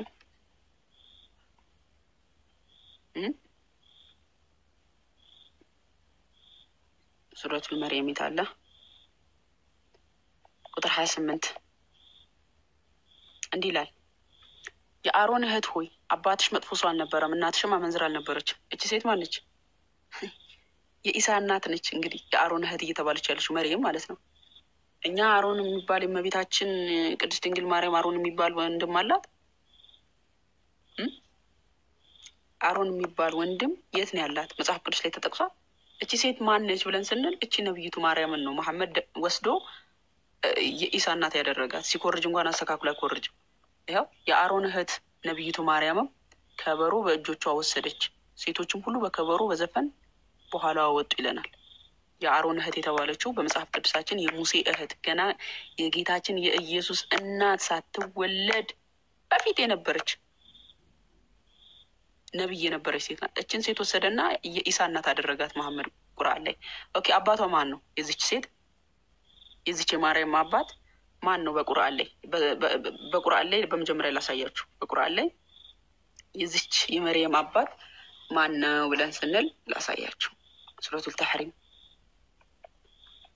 ምዕራፍ 66 ቁጥር 12 አባቷ ማን ነው? የአምራንን ልጅ መርየምንም ያችን ብልቷን የጠበቀችውን። በነገራችን ላይ ብልቷን የሚለውን ፈርጅሃ ብሎ ነው የሚያስቀምጠው፣ ትክክለኛ ስሙን ጠርቶ ማለት ነው። አላህ አሁን ዘዳግም ምዕራፍ 23 ላይ ብልቱ የተቀጠቀጠ የሚለው ሊትራል በቃሉ ያስቀምጠዋል እና ይሄን እንደ ብልግና አድርገው ይጠቀሙታል። እዚህ ጋር አሁን ፈርጅሃ ብሎ ፈርጅሃ ምን እንደሆነ እዛ ጋር ተርጉሜ ላሳያችሁ። ብልግና ነው። ብልቷ ማለት ሊትራል ስሙን ጠርቶ ነው እዚህ ጋር የሚያስቀምጠው ፈርጅሃ ብሎ። ኦኬ አሁን እዚህ ጋር ላሳያችሁ ፈለጉት ምንድነው? የመርየም አባት ኢምራን ይባላል። ኢምራን ይባላል። መጽሐፍ ቅዱስ ላይ የአሮን እህት እቺ የዚች አባት ማን ነው? አንደኛ ዜና መዋዕልን ላሳያችሁ። አንደኛ ዜና መዋዕል ምዕራፍ 3 ቁጥር 6 ምዕራፍ 6 ቁጥር 3 ያው አባቷ ማን ነው? ቁርአን ላይ ኢምራን ይላል። እዚህ ጋር ደግሞ አንበረም። እንግሊዘኛውን ቆይ ላሳያችሁ መሰለኝ። ኦኬ ምን ይላል? አምራም ሱረቱል ተሕሪም ላይ ኢምራን ብሎ አስቀምጦታል የመርየምን አባት። እዚህ ጋር ደግሞ የነብይቱ አባት ማን ነው? አባቷ ኢምራን አምራም። ስለዚህ መሐመድ ሲኮርጅ እቺን ነብይቱ ማርያምን ወሰዳትና ምን አደረጋት? የኢሳ እናት አደረጋት።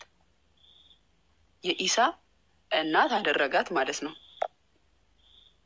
ከዚህ ጭምር ነው እስልምናችሁ ግራ የተጋባው። ሲኮርጅ ራሱ አስተካክሎ አልኮረጀም።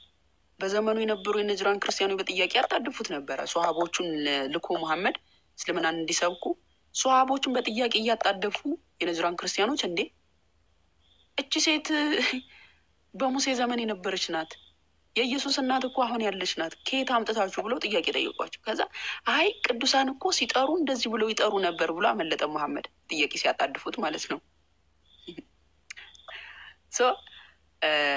እቺ ሴት ለምሳሌ በመጽሐፍ ቅዱሳችን ነብይ ናት። ነብይ ናት። እነ ዲቦራ ሀገረ ገዢ ናቸው። ኢቭን መግዛት የምትችል ማስተዳደር የምትችል ነበረች። በነገራችን ላይ ዲቦራ እና አስቴር፣ መጽሐፍ አስቴርን አንብባችሁታል? መጽሐፍ ቅዱሳን ነቢያት ስለ ሴቶች ሲናገሩ እንደዚህ ክብር ሰጥተው ነው በቃ ማስተማር የሚችሉ ሀገርን መግዛት የሚችሉ እንደሆኑ ነው ያስተማሩት። ታዲያ ሙሐመድ ምን ብሎ ነው ያስተማረው ስንል እንደውም ቡልጋ አልማራም 409 ላይ መሐመድ ምን ብሏል? ሴት ልጅ መሪ የሚያደርግ እርሱ ፍጹም ተሳሳተ ብሏል። ባይዘው እርሱ ፍጹም ተሳሳተ ብሏል። ሴት ልጅ መሪ መሆን የለባትም ብሏል መሐመድ። ስለዚህ የነቢያትን ትምህርት አልተከተለም። ነቢያት ለሴት ልጅ ክብር በጣም ክብር ሰጥቷል። መሐመድ መቶ አንቺ ጎዶሎ ነሽ፣ ጠማማ ነሽ እያላት ነው። አንቺ ማሰባችም እያለሽ ነው። የጀሃነም ሴት ነሽ እያለሽ ነው። እንዴት ነው ይሄ የአባቶቻችንን አምላክ አስተዋወቀን ብለን ልንቀበለው የምንችለው? የነቢያት ሰንሰለት የሌለው አንድ ግለሰብ ማለት ነው። እና ሶ መሐመድ ለሴት ልጅ ያለው ክብር ይሄን ይመስል ነበረ። ለዛሬ በዚህ እናብቃ ማለት ነው ጋይስ።